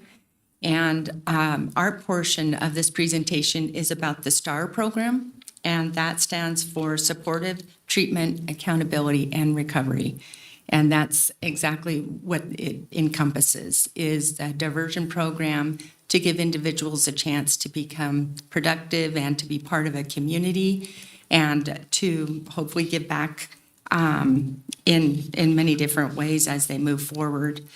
Currently, we have 3 people in the STAR program, and we have really been focusing a lot on coming together as a team and to come up with new policies and procedures and really be focused on the fidelity of the model of the program.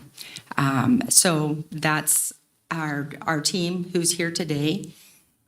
In the back has been really diligent on bringing this together. And we have lots of partners in the community that we work with, and we continue to meet with them and maintain those relationships that were put in place originally. Our 2 grants that we have switched over is Fund for Resilient Nevada and the Bureau of Justice grant that has been put into our under Human Services Agency. So we are now working with them to get all the budget and grant notifications and modifications in place. And let's see, I'm making sure I'm not missing anything. I think I covered just kind of the basic overall updates for Human Services. So we are ready to go to questions now. Thank you. Commissioner Herman? Vice Chair Garcia. Thank you so much. I have a question on caseload size. You said 66 per probation officer. How does that compare to what we see nationally? Is that within the realm of an acceptable caseload size, or are we high or low? What's been afforded to me with sister agencies, specifically our counterpart down in Las Vegas, who they do oversee pretrial and probationary clientele, much under the same management system that we do. They have a very large staff population that narrows it down to about 24 to 26 per probationary officer. Okay. And then in terms of the number of folks that are participating in the STAR program, how many participants do we currently have to date? Kara Pelly for the record. We have 3 to date, and they're staffing another one this afternoon. So we're growing steadily and want to make sure all of our standard operating procedures are working well. And so intentionally not moving at top speed, but want to be intentional about how we bring them into the program and make sure they have the supports they need. Okay, just to clarify, I thought when you said 3 that was like staff that was working with the STAR program, but those are actual clients. Those are actual clients. Okay, thank you yes. for clarifying. Yes, Appreciate it. Thanks. Commissioner Hill. Thank you, Madam Chair, and great work, team, pulling a very big feat at the end of the year. So thank you so much for all the efforts. I was curious, as a judge who decides to go through ensuring that someone is under supervision, what are the steps that now I know what happened before, but what are we doing now? And is there any issues with communications? I know there were concerns from Reno Justice Court as well as Sparks Justice Court about making sure that those connections were being made. I'm sorry, are you referencing probation or pretrial, ma'am? Probation. So what we're doing with working with the courts and in cooperation with them, we understood that our staffing level was going to be limited as it relates to be able to monitor those individuals. So we are working together with the courts to adhere to recommendations on what sort of monitoring, what sort of supervision needs to occur. But ultimately, the orders do put that the judges send us very much put the ball in our court as to how those individuals are going to be supervised. My team utilizes an assessment and orientation tool to basically determine on what level of supervision they need based off of risk to the community and being a reoffender. Great, great. And for the drug testing, what are you hearing from our participants? Because that was another concern that was brought up. There have been some significant challenges with the testing. Okay. Due to the circumstances that DAS formally did all of their in-house testing, which created massive cost challenges with them. One of the assessments and the evaluations that needed to occur with that was how we were going to best fiscally manage the amount of money that it was going to cost for that testing.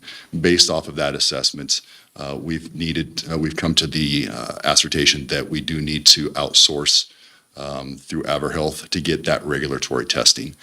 One of the biggest challenges that the officers in the field have with spot testing and of the like is that whenever they are making home visits or they're making these contacts, very, very often they are by themselves. This creates massive safety considerations for them as it relates to them making entry into the house and standing by while the testing's occurring. So with that, we've discovered that our best option now is to outsource that testing so that there is a regulatory amount that happens throughout the week, every single week for the participants as our assessment needs them to do so. And is AverHealth for the timing of testing? I'm trying to remember all the issues that the judges brought up to us, but if a judge wants them to test at different times, is AverHealth able to accommodate that right now? Currently, the AverHealth has a similar model to how DAS was previously, that the individuals won't have to have a specific time that they have to show up. And I believe AverHealth's open Monday through Friday during normal business hours. But not Saturday, Sunday, right? Correct. Yeah. No, they are? Okay, so they are open. Okay, just want to make sure. And then, let's see. I guess, Kara, you kind of touched on this on the STAR program, but do we have a waiting list for the STAR program? I'm assuming that a lot more people need to get into that program than what we're serving right now. There's no waiting list per se. I think we're just trying to take it slow to make sure we have everything in place that is needed and all the appropriate contracts put together. I think that the rate of bringing people into the program will increase as time goes on, and we're sure that we have everything that we need. Okay. All right. Thank you. Thank you. I think those are all my questions. Thank you, Madam Clerk. Commissioner Or Clark. Madam Chair. I just want to thank you for allowing me to speak. I just want to thank the different divisions and departments for working together and trying to make this a very smooth and quick turnaround. So I think you've done a great job. I think you've got a good forward momentum on this, and any bumps that you might run into, I think you'll be able to solve those problems. So thank you for the good work.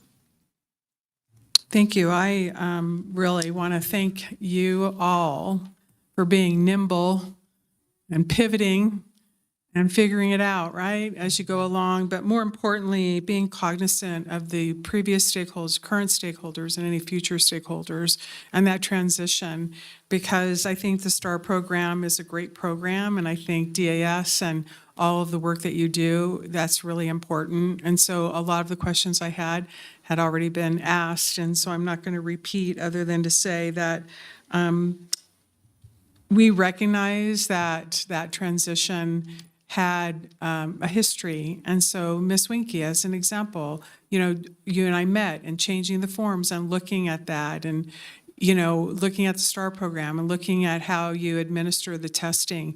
Those were all concerns that had come up and how this seamless transition would end up playing out. And it looks like you all delivered.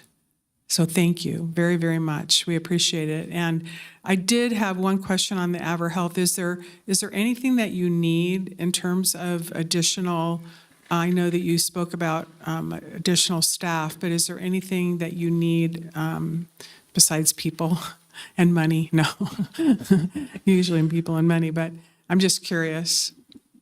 Currently, we have gotten a quote from AverHealth for the prospective clientele that we'll be sending to them.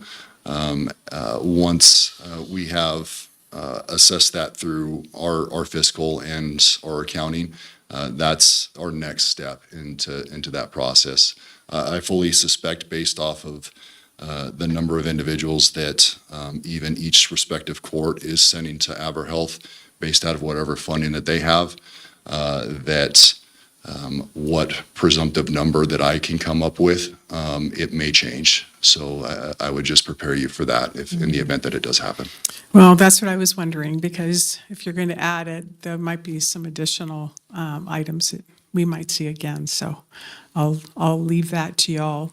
And Ms. Winke, I did have a question in terms of how's the process going and with the forms and just some of the transition that occurred from how it was to now how it is. I'm just curious how things are going from that perspective. I think they're going very well. Great. And I think that it's all a shared opinion. My staff is probably watching this going, because they've been working so hard. I do think it's been going very well. And I think that, as you said, Commissioner Clark, the bumps that we've encountered, we've been able to overcome, but we have had bumps, continued communication problems, nomenclature. What does this mean to you, your court, versus what does this mean to Sparks Justice Court, for which we were working at? And we continue to have those relationships with their clerks, with their admin, with their judges, and then communicate that to both my supervision staff and my assessment staff. But yes, I think it's going well. Thank you. Great. Well, I think also the benefit of this is that everyone has learned a lot, right? And so the streamlining, I think, is the good outcome that's come out of that. So thank you to Manager Thomas for your leadership in this transition. And we're very, very glad that we're here. So thank you.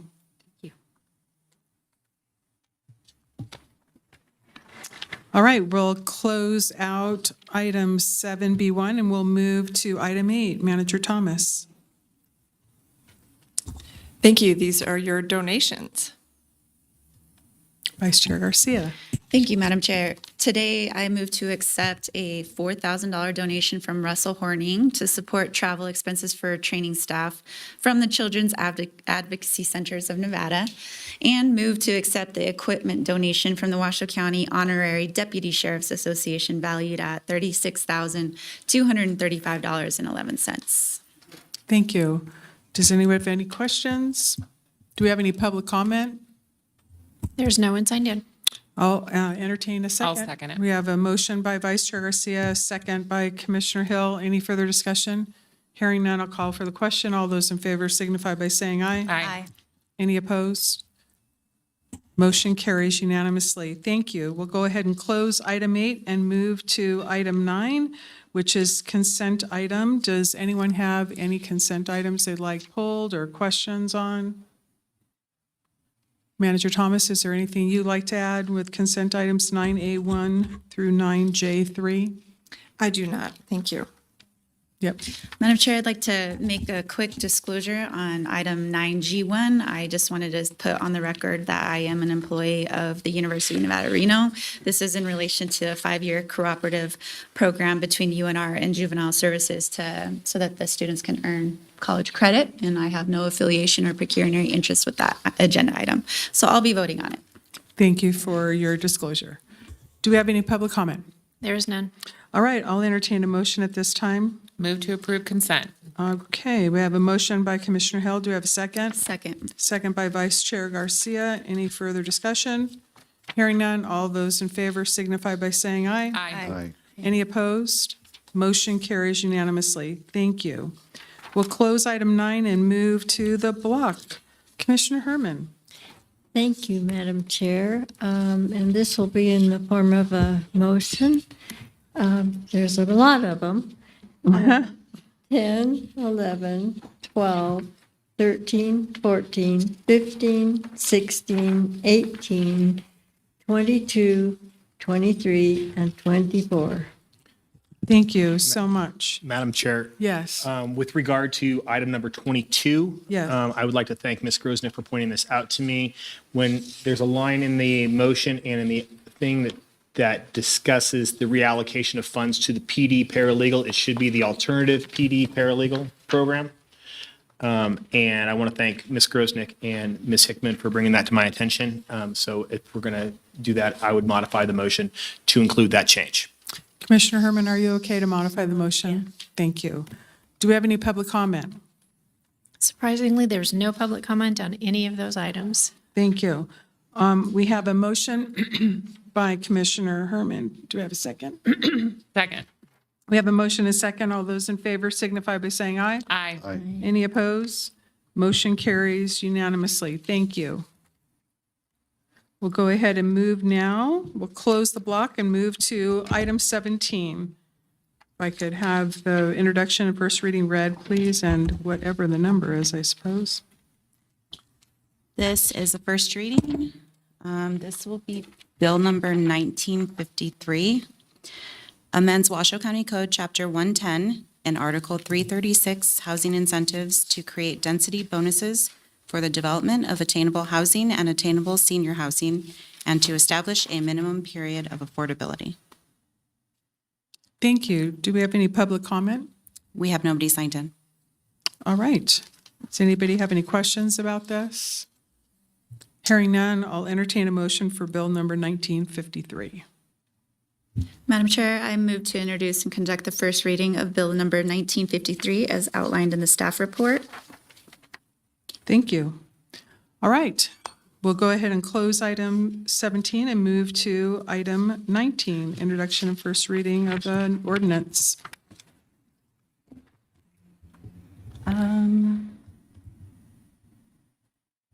I'm sorry, we did have a public comment on item 17. Okay. For the record, I asked though, right? I know, I'm sorry. Okay, that's okay. I just want to make sure. But you know what? Being human is tough. And you know what? It's okay. Thank you so much. We'll go So, ahead and then Pat reopen Davison? that item and then ask for public comment, please. Thank you.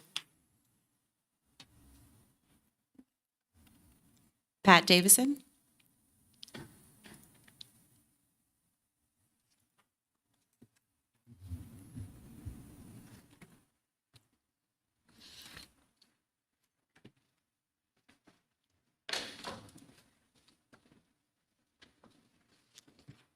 Good morning, Chair Andriolo and Commissioners. My name is Pat Davison. I'm a resident of District 5. This is kind of strange doing it without the staff presentation. Thanks to Dr. Young for coming up with this approach on density bonus that is simple yet consequential. It does not apply to the rural and low-density suburban zones, but it does apply to the other residential zones and 3 commercial zones. It allows flexibility for the developer with housing types and makes the bonus calculation easy for the public to understand. It is voluntary, but has strings attached. It hits up to the 150% area median income level, but may depend on above market rate units to subsidize it. It doesn't require rezoning paperwork, but it does require additional impacts to be analyzed and addressed. Offering the bonus as motivation starts a process to consider added traffic, noise, parking, drainage, and other elements for a parcel with development rights. Adding units may come with a hefty price tag. If the added price is not offset by the remaining 20% of market rate units, the bonus will probably not be utilized. So what may have looked appealing at first glance becomes a hard no. That is why I said at the Planning Commission meeting that this tool deserves a place in your toolbox, but may not be used very often. The deed restrictions on qualified household income are guarantees of attainability for county residents. In my opinion, the 9-year and 30-year timeframes are fitting and reasonable in exchange for the upzoning gift we give to developers. If we get units built, a desired outcome and balance has been achieved. This significant change is being proposed as the county appropriately responds to the lack of attainable housing. Doing the same old thing will not get us where we need to go. Please take this bold step and support the proposed code amendment before you today. Thanks for listening. Thank you. Do we have any other? We don't. That's Okay, everybody. thank you so much. So we had a motion by Vice Chair to introduce the first reading, and we're going to go ahead and now close item 17 and then open number 19. Okay, this is a first reading. It will be Bill number 1954. An ordinance amending Washoe County Code, Chapter 5, related to employee service awards. And we have nobody signed in for this one. Thank you. All right. Does anybody want a presentation or do you have any questions? Okay, great. I'll go ahead and entertain a motion at this time. I'll move to introduce 1954.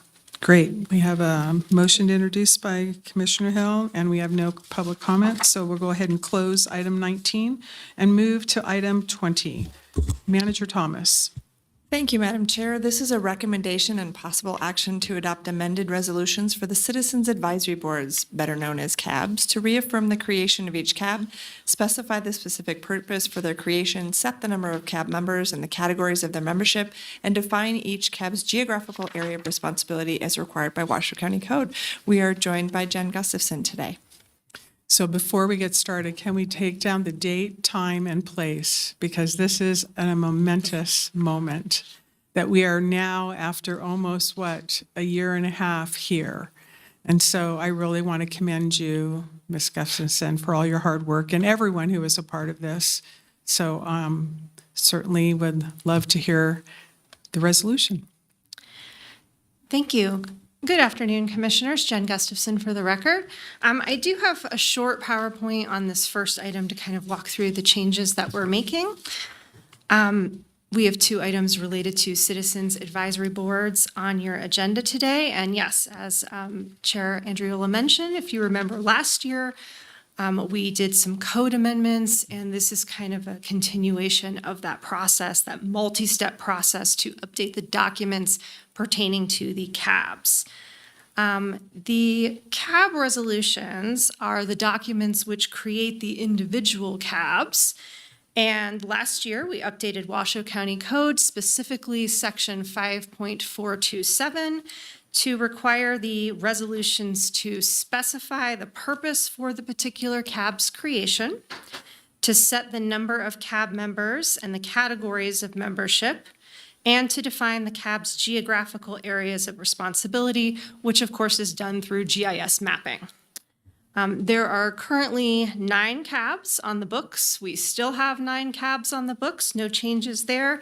What we're really doing here today is just updating the resolutions to make sure that they're in compliance with county code as amended last year. So the first thing, you'll notice the resolutions, there is an amended purpose section, which has been included in the resolutions. That's consistent with the general purpose of the CAB set forth in county code. And you can see the language is summarized on the slide up there, which has now been the general purpose or specific purpose of the CABs that's in the resolutions. Since 2021, the CAB's function is to act as general advisory boards rather than being limited to a specific topic. And so the purpose section here is intentionally written, fairly broadly, fairly inclusively to reflect that. These CABs are essentially general purpose advisory boards, unlike some of your other advisory boards like Animal Services Advisory Boards, Senior Services, that are focused more on specific topics. The next item pertains to CAB membership. The resolutions have to specify the membership and categories of membership. So we've added to the resolutions that there are 5 regular members and not more than 2 alternates. And my understanding is that is the current status of what's going on with the CABs. So really this is just to align the resolutions with county code. And then finally, the CAB boundaries have been adjusted where needed so that each CAB is located within a single commissioner district, and that's required by your code. I do want to thank Ellen Guiberson from Tech Services. She put the new GIS maps together in conjunction with the commissioner support team. So she was really vital to making that happen. And the illustrations of the CABs, of the maps, are now attached to each relevant CAB resolution, as you can see in your packet.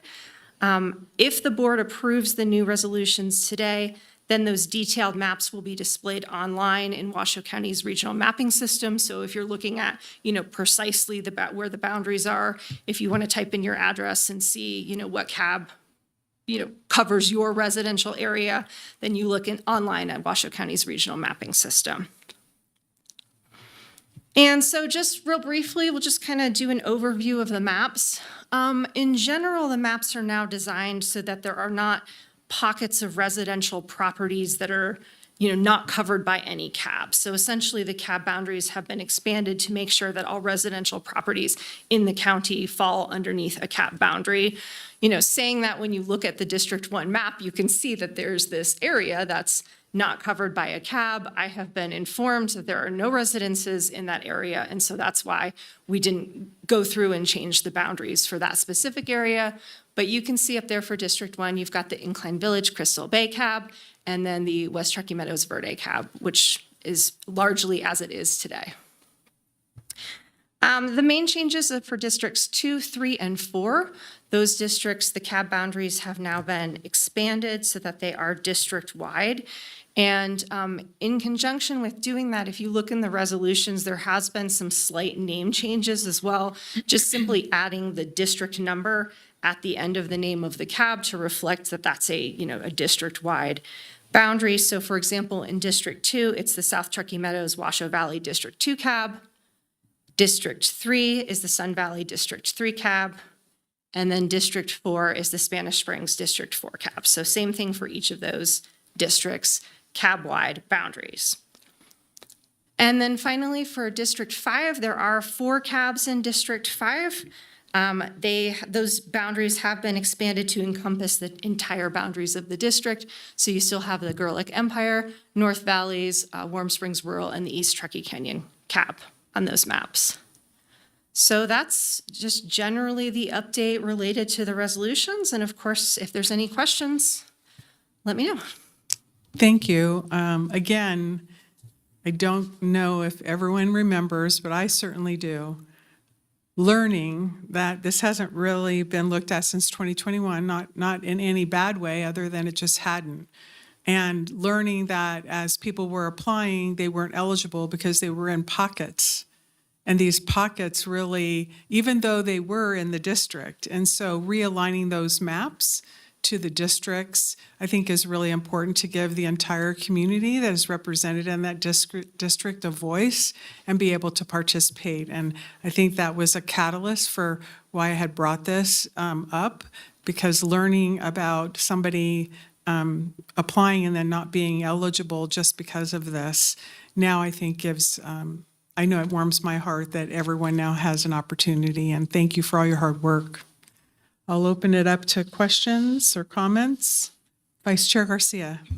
Thank you, Madam Chair, for your leadership on this. I had several, I call them islands in District 3 that were not, they were unincorporated neighborhoods inside either the Reno side or the Sparks side of District 3, but those residents wouldn't have had an opportunity to participate on the only CAB that I have. Bless you.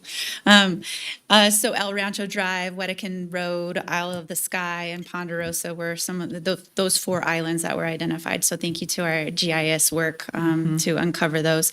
And also, just to refresh the public's memory, I had advocated that we include a 1 mile amendment last year, which was really critical. I know not only to my district, but there are little neighborhoods that are really part of the fabric of that community. For example, Commissioner Herman's most southern point of District 5 that touches Sun Valley is Sun Valley. Really, those residents carry the same concerns and sentiments that the folks in my part of Sun Valley do as well. So anybody within that 1 mile radius, like for those living in Highland Ranch, would be eligible to serve on the Sun Valley CAB. So I'm really pleased with this. I did have a question for the communications sides of this, and maybe this isn't for you, but maybe somebody from our comms team.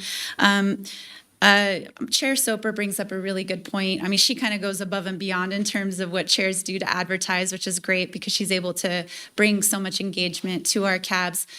But what are we doing moving forward if this is approved today?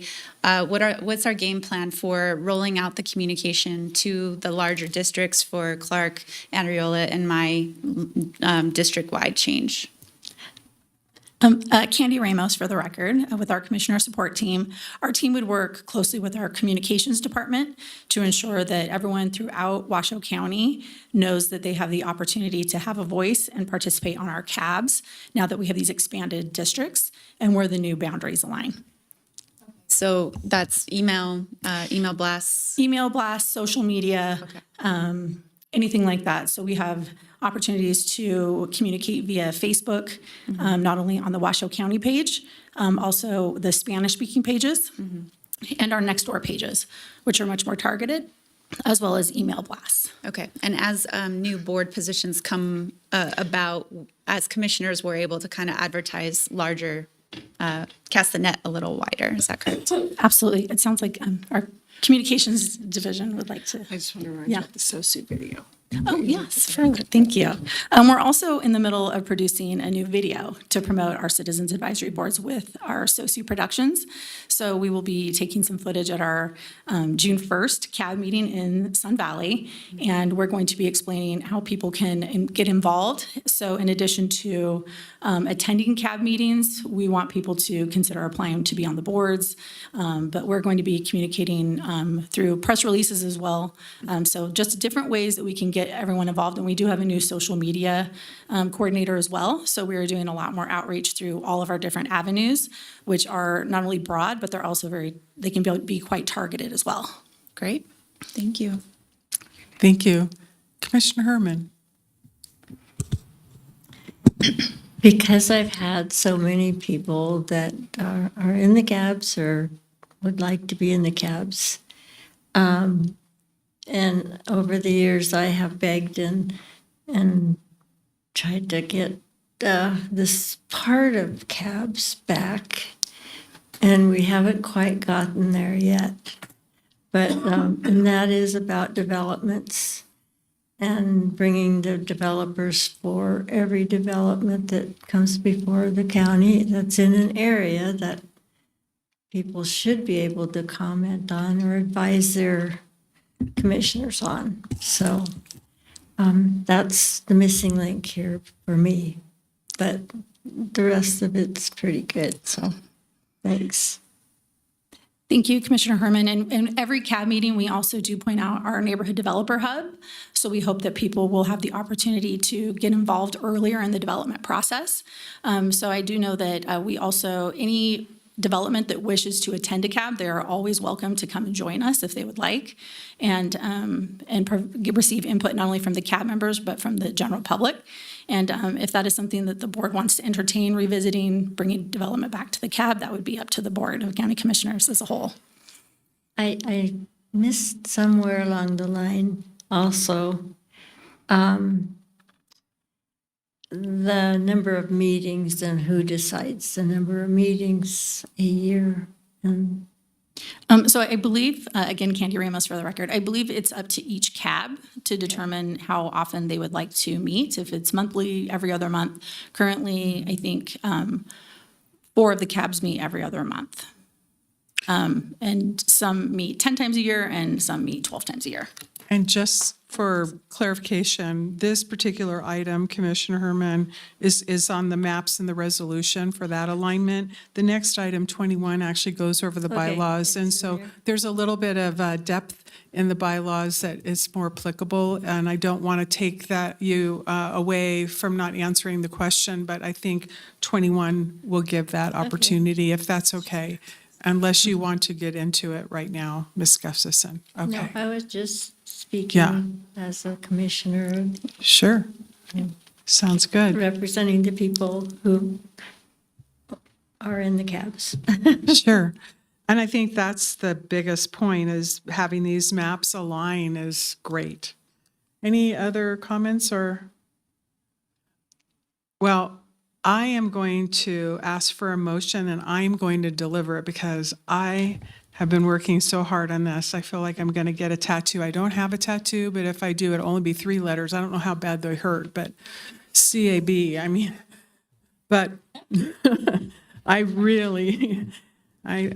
really hard on this. So I'm going to move to adopt amended resolution for the Citizens Advisory Board's CABs to reaffirm the creation of each CAB, specify the specific purpose for their creation, set the number of CAB members and the categories of their membership, and define each CAB's geographical area of responsibility as required by Washoe County Code, Section 5.427. And I'll entertain a second. I'll second that. I have a motion by myself and a second by Commissioner Herman. Any further discussion? Hearing none, all those in favor signify by saying aye. Aye. Any opposed?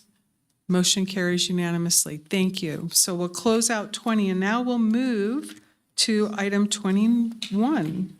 Manager Thomas, do you want to introduce it? Madam Chair, before Yeah. we move on, just for the record, was there any public comment on that item? There was not. Okay.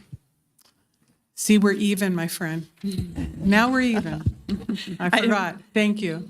Item 21 is a recommendation and possible action to adopt updated Citizens Advisory Board bylaws and general provisions in accordance with Washoe County Code Section 5.431. We're joined again by Jen Gustafson.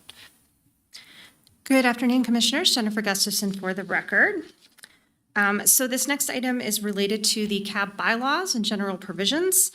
As you are very well aware, the CAB bylaws and general provisions prescribe the standard operating procedures for the CABs. And the CAB bylaws were last updated in 2015, and they very much need to be updated to reflect current functions, current processes of the CABs. A draft was put together, and the Commissioner Support Team posted it in an online portal that was created specifically to elicit feedback on this document. And I would just note that if the board has any questions about the public input process, I would, refer those to Ms. Ramos, who is much more equipped than I am to answer those types of questions. But my understanding is that we had a really great, robust response from the public. You can see the verbatim responses are attached to your staff report. There were lots of good, specific comments from what I understand to be 84 different individuals who took time out of their day to comb through this draft bylaw document and provide comments, which is amazing. And I really want to thank everyone who provided comments. We got some really, really great feedback on the bylaw document. I do want to note that we are hanging on to those responses. Some of the responses resulted in changes to the draft that initially went out in that public portal. You can see the red line version is attached to the staff report as well, and that red line version is the changes that were made after the public process. So that's essentially like draft 2 in front of you, and then there's a clean copy of that attached to your staff report as well. Other responses I would say are more appropriate for reference and inclusion in updating the CAB handbook. So that's the training manual for the CABs, and that's the next step in this multi-step process, is to work on those CAB training documents and CAB training materials. As far as the specific provisions in the bylaws, I have included a summary in pages 2, 3, and 4 of your staff report, so I won't, go through all of those at this time, but you, of course, have the draft in front of you, and you have a summary in the staff report. So if there's any specific questions about the language, about the provisions, I'm certainly happy to answer those. Thank you. Well, I'm going to, again, thank you for all of your hard work and everybody's hard work. And I read all 80. What great comments. Some of the comments were truly spent with time and thought and how to make things better. And it really was, it was a great experience in terms of seeing how everyone really values the CABs, how important they are. And so I'll open it up to questions. Commissioner Herman, would you like to address your question to the bylaws? It's okay. Okay. Vice Chair. Thank you, Madam Chair. I have a question on Article 9, the budget. I've never asked this, but these aren't free, obviously. These are taxpayer dollars used to pay our staff to there. Do we pay for space, or are all of those spaces given to us in kind? I'm not sure. I'd have to ask Ms. Ramos to come up and answer that. Thank you. Candy Ramos for the record. Most of our events, CAB meetings are held at our libraries, our public libraries, and we do hold 2 outside of our libraries, actually 3. One at our Gerlach Community Center, which is free to us. We do hold one at Hobie's Casino, and they've kindly allowed us the space for free, and the third at the Stead Airport, and they also provide us that space for free. So we do not pay for any of our spaces. Okay. And we do not have a budget for food or beverage or anything like that anymore due to the budget constraints, correct? Correct. We don't spend money on food or beverage, but we do obviously send staff, and there are very few hard costs, so just printed materials. Okay. With the budgetary constraints that our other local jurisdictions are facing, I haven't been following up on the city of Reno. Is the city of Reno's NABs paused, or they've resumed since they were paused, right? Okay. The NAB program is underway, and we've been working closely with them. We will now have a standing item on each other's West Truckee, Meadows, Verdi, their NAB and our CAB, because there is so much crossover. And so we now have one member that sits on both the CAB and the NAB, and they're going to be providing updates. So those are still going underway. Great. And then remind me what City of Sparks does for their citizen advisory boards. Is it quarterly or it rotates? I'm not 100% sure about what the city of Sparks does, but they do have community advisory boards. I might be able to help. Yeah. I used to sit on that actually in the day. They actually have consolidated their board to be one, like their senior services, their CAB. So they don't have a distinct CAB. They have a general, I'm putting the words, I don't know if they call it that, but more of a general purpose CAB. Okay. It's great to know For the community, like a community CAB that encompasses a lot, because the CAB, as you know, doesn't have a specific topic, like some of the others have some real clear boundaries and topics, but they decided to keep it all as just one. Great. We house the budget under the county manager's office, but it's just important to know that we are prioritizing these forums and opportunities and increasing the access across the board and working in collaboration with the other jurisdictions. So that's great. Thank you. And one thing I do want to add, we are spending some budget toward advertising the CAB so that we are spending the time to hold these meetings. So we really want people to know that they're taking place. So we are spending a small portion of our budget on that promotional video I mentioned earlier, as well as advertising them through various means. Thank you. Commissioner Hill? Commissioner Clark? Well, again, this is a lot of hard work, and it's really the fact that you're revising the CAB training to an earlier comment about training, I think is really, really important. So thanks for doing that. If there's not any other questions or discussion, because this is so near and dear to my heart, I'm going to make the motion again. So I'm going to move to adopt the updated Citizens Advisory Board bylaws and general provisions in accordance with Washoe County Code, Section 5.431. And I'll entertain a second at this time. I'd be happy to say. Great. So Commissioner Herman, I made the motion. Commissioner Herman made the second. Any further discussion? Hearing none. All those. Any public comment? And do we have any public comment? There's nobody signed in. Dang, 2 strikes. Okay. All those in favor signify by saying aye. Aye. Any opposed? Motion carries unanimously. That is what happens when you're so excited about a couple items. You're just so excited that this is getting done. This is so exciting. Okay, I will stop. All right, we're going to go ahead and close item 21, and we're going to move to a public hearing, and it's item 25. Okay, this is a second reading. This will be ordinance number 1756, amend section of Washoe County's Stormwater Drainage and Flood Control Service Ordinance number 1552 by modifying the amount of the stormwater management fees. This was formerly bill number 1950. Thank you. Is there any public comment on this? No. Great. I don't know if anyone wants to see this again. This is the second reading. Hearing no request for that, I'll entertain a motion to approve at this time ordinance number 1756. Move to approve. We have a motion by Commissioner Hill. Do we have a second?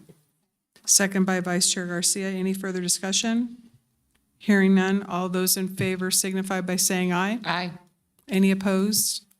Motion carries unanimously. And thank you, Mr. Smith, as well for that. We'll go ahead and close item 25 and now move to 26. Okay, this is also a second reading. This will be ordinance number 1757 to adopt a development agreement for Prado Ranch North WTM 18-002, to extend the deadline for recording the final map to September 9th, 2030. This was formerly Bill number 1947. And there is no one signed in. Thank you. I'm loving the teamwork. So we have already heard this. Does anyone want to request a presentation again? All right, I'll entertain a motion at this time. We have a motion by Vice Chair Garcia. Do we have a second? Second by Commissioner Hill. Any further discussion? Hearing none, all those in favor signify by saying aye. Aye. Any opposed? Nay. Okay, so we have a motion by Vice Chair. We have a second by Commissioner Hill, and we have a nay on with Commissioner Herman. It still passes 4-1. Thank you. We'll move now to item 27. This is a second reading. This will be ordinance number 1758. Amends the Regional Road Impact Fee, RRIF General Administrative Manual, GAM, and the RRIF Capital Improvement Plan, CIP, with revised fees. This was formerly Bill number 1949. Is there any public comment? There is not. All right. This is a second reading. Anybody want to hear presentation or any questions? All right, hearing none, I'll entertain a motion at this time. It's number 1758, as outlined in the staff report. We have a motion by Vice Chair. We have a second. Second. Second by Commissioner Hill. Any discussion? Hearing none, all those in favor signify by saying aye. Aye. Any opposed? Motion carries unanimously. Thank you. We'll go ahead and close item 28. We'll move to, close item 27, move to 28. Manager Thomas. Thank you. This is a master plan amendment case number WMPA 25-0003 and regulatory zone amendment case number WRZA 25-0004. It's consideration of Planning Commission's recommendation to accomplish 4 things, which I'll read into the record. 1, adopt a series of master plan text amendments to bring the Washoe County Master Plan into conformance with the Truckee Meadows Regional Plan. 2, adopt master plan map amendments to the Cold Springs, North Valleys, Northwest, Southwest Truckee Meadows, and Verdi Master Plan land use maps in order to apply the open space master plan category to 40 parcels which were released from the City of Reno's sphere of influence. 3, subject to final approval of the associated master plan amendment and a finding of conformance with the Truckee Meadows Regional Plan by regional planning authorities, adopt regulatory zone amendments to the Cold Springs, North Valley, Southwest Truckee Meadows, and Verdi regulatory zone maps in order to apply the open space regulatory zone to a subset of 20 of those above referenced parcels, including parcels that are located outside of the adopted Washoe County regulatory zone map areas, and 4, if approved, authorize the chair to sign a master plan and regulatory zone amendment resolutions to this effect. The 40 parcels proposed to receive the open space master plan category are assessor's parcel numbers as listed on page 25 of the agenda. Thank you. Thank you. Dr. Young. Thank you. I recognize that's a bit of a mouthful.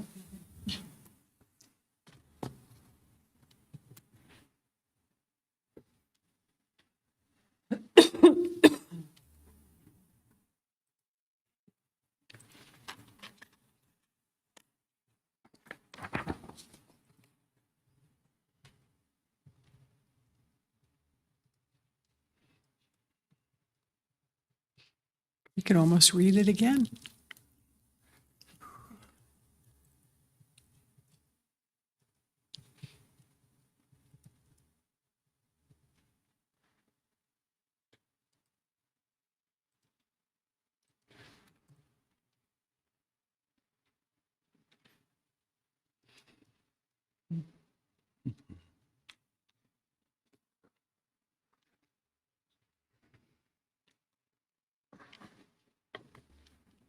Thank you for your patience as staff is pulling up the presentation.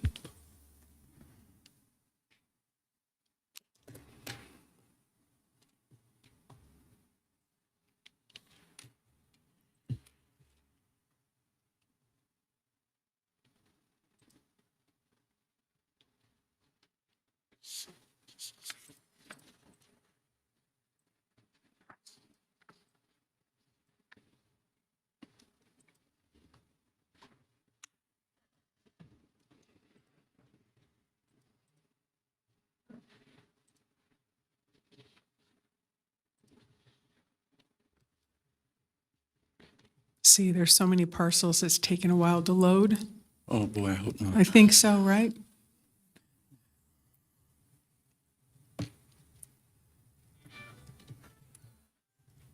You know what the big question would be? Can you name all the parcels by memory? cannot. Okay. I was going to give you an opportunity to. Sure. You bet. So let's take a 5-minute recess. Thank you. I'm going to call the meeting back to order at 12:27. Thank you, Madam Chair. Eric Young, Senior Planner, Washoe County Planning Program. This was quite a mouthful to get through the introduction. We are doing a variety of things today. We are doing master plan text amendments that will bring our master plan into conformance with the regional plan. We're doing master plan map amendments that will provide designations to 40 properties that the city of Reno released from their sphere of influence. And then 20 of those properties will require a zoning designation as well. So those are the 3 different things that we're looking at today.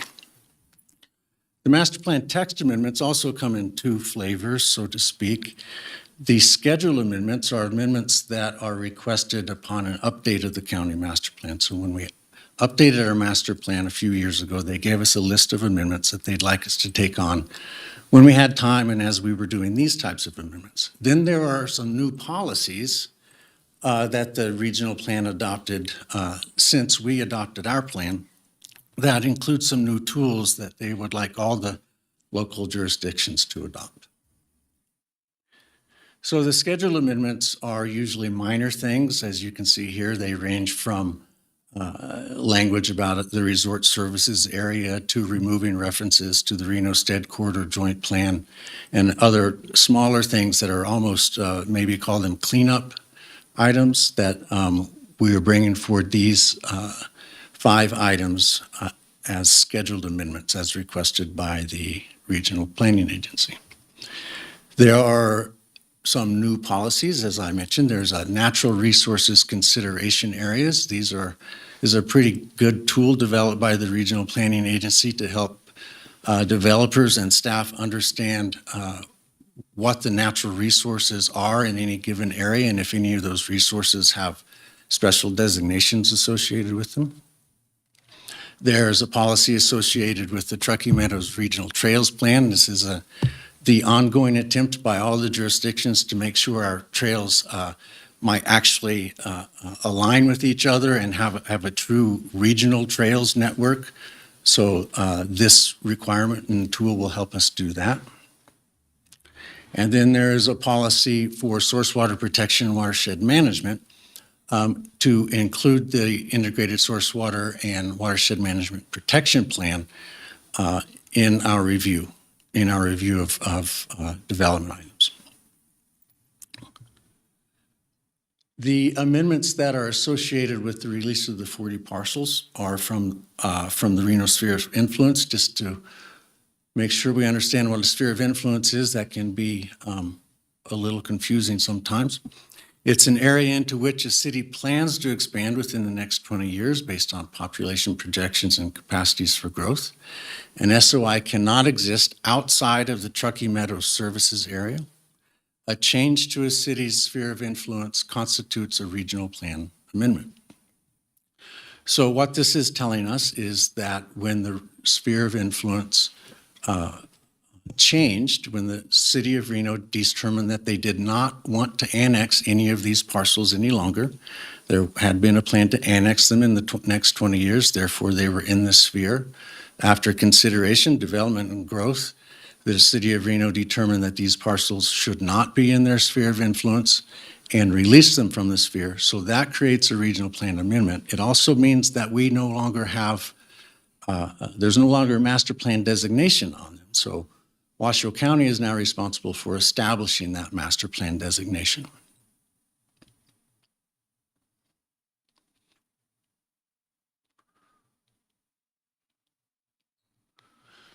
So the 40 parcels that are planned to get this new designation are all owned by the federal or the state government. Most of them are owned by BLM. There's a handful that are Forest Service, and there is one that's owned by the state. They are spread mostly throughout the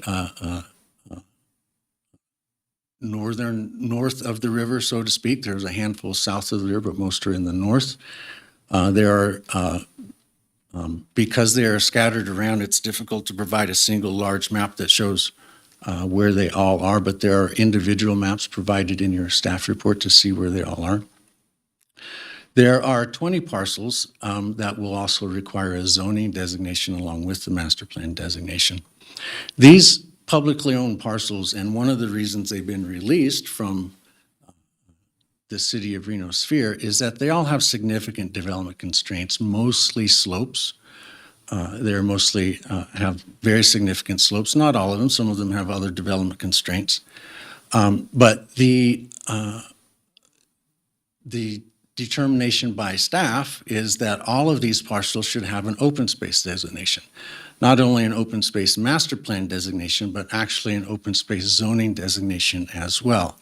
And this determination comes from just simply looking over our definitions of open space master plan and open space zoning. This is what our code and our master plan says those designations are for and why we should use them. Natural resource scenic preservation, sensitive area protection, flood control, cultural resources, recreation, energy production, and federal land management. The federal government does not intend to dispose of these properties. They haven't been discussed of in terms of disposal. So they want to continue managing them and want to manage them as open space. So an appropriate designation by the county would be open space. The master plan and zoning amendments for the regional plan conformance are varied.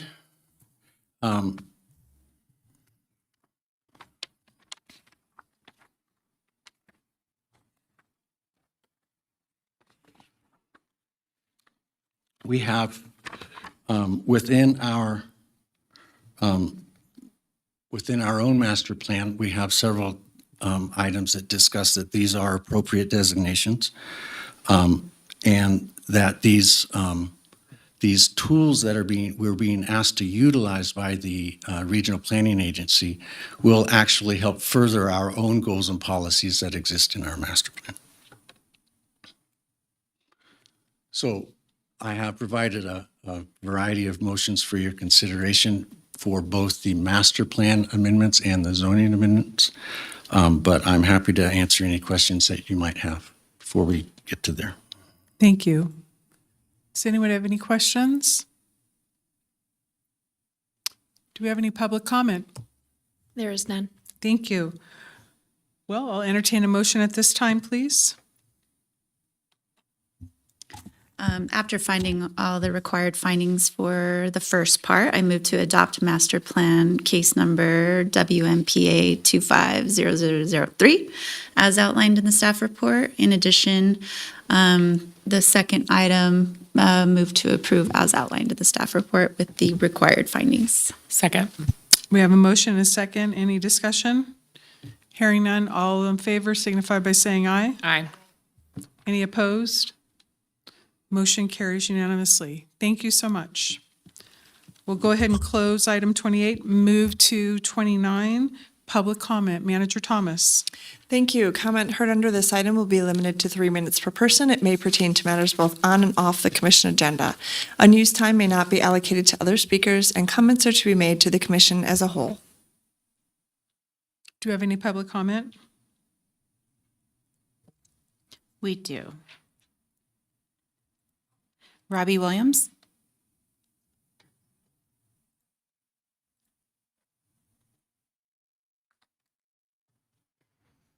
Hello, Robbie Williams. For the record, I just didn't have enough time to address transparency in a time when we want the most transparent vote in this county ever in history. So many of us observers have felt ignored, made fun of, and dismissed. But let me tell you another instance about transparency, and you guessed the trend.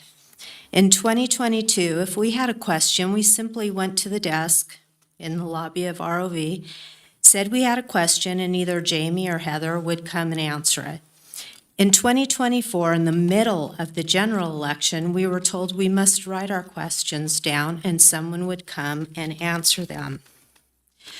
We assumed the same day, which is mostly what happened, almost always, until we noticed that there was a scanner missing from the ballot counting room. We think we turned our question in somewhere around 11 a.m., but we can't remember now. It's been a while. And the question went unanswered all day long. This is a ballot scanner in an active count of our ballots. So we just waited. We wanted to know what happened to it. It took the very end of the night that they made us wait. We didn't appreciate having to wait, I think, 11 or 12 hours, I'm not sure, to find out where the scanner was. We had to wait until we were able to find Andrew and Kate leaving the building at the end of the night to ask them what happened to scanner number 11. Where did it go? So there was no advance notice, no observation, no cameras. The building was on Rock Street was unsecured. Traffic, we were photographing going in and out, and because we had someone out there. So is this an improvement or a block? Transparency. Now, in 2026, we now must submit questions, and they have 72 hours to answer. If there is an action in real time, and we have this question, they can take 72 hours, yet the live streams are removed every 24 hours, both live stream and on YouTube, making our questions hard to look back. Is this better transparency? Now we have to go in and jump through hoops just to get questions answered. And if something's happening and we don't understand it, and there is no meaningful observation that is mandatory, we can't get an answer right then and there. Is that better transparency? They're publicly putting our name online and doxing us and intimidating people, observers, from asking questions as well. They're doxing the observers online. Thank you. Thank you. We have nobody else signed in. Thank you. Okay, we'll close public comment. We'll move to item 30, Commissioners and County Manager announcements, reports, and updates. Manager Thomas. These are reports and updates to include boards and commission updates, requests for information, or topics for future agendas. I don't have anything for you. Vice Chair, do you have anything? Commissioner Herman, do you have anything? Commissioner Hill? Commissioner Clark?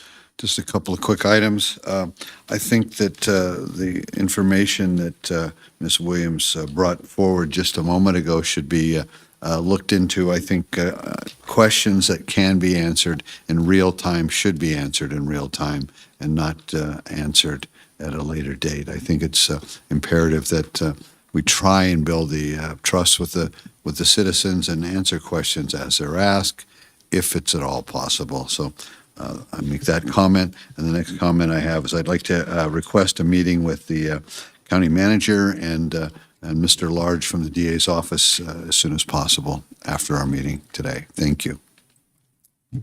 Thank you. I would just like to, in the future, maybe look at the annexation process as it relates to the cost impact when, for instance, another jurisdiction annex based on the sphere of influence, not only to, and I know this isn't the Board of Fire Commissioners meeting, but as it impacts public safety costs from a funding mechanism and how that impacts us and what are the legal parameters to which that works. So I think that would be helpful to learn more about that at the appropriate time. All right. Hearing that we have no other comments, we'll go ahead and close the meeting at 12:41. Thank you for a great meeting.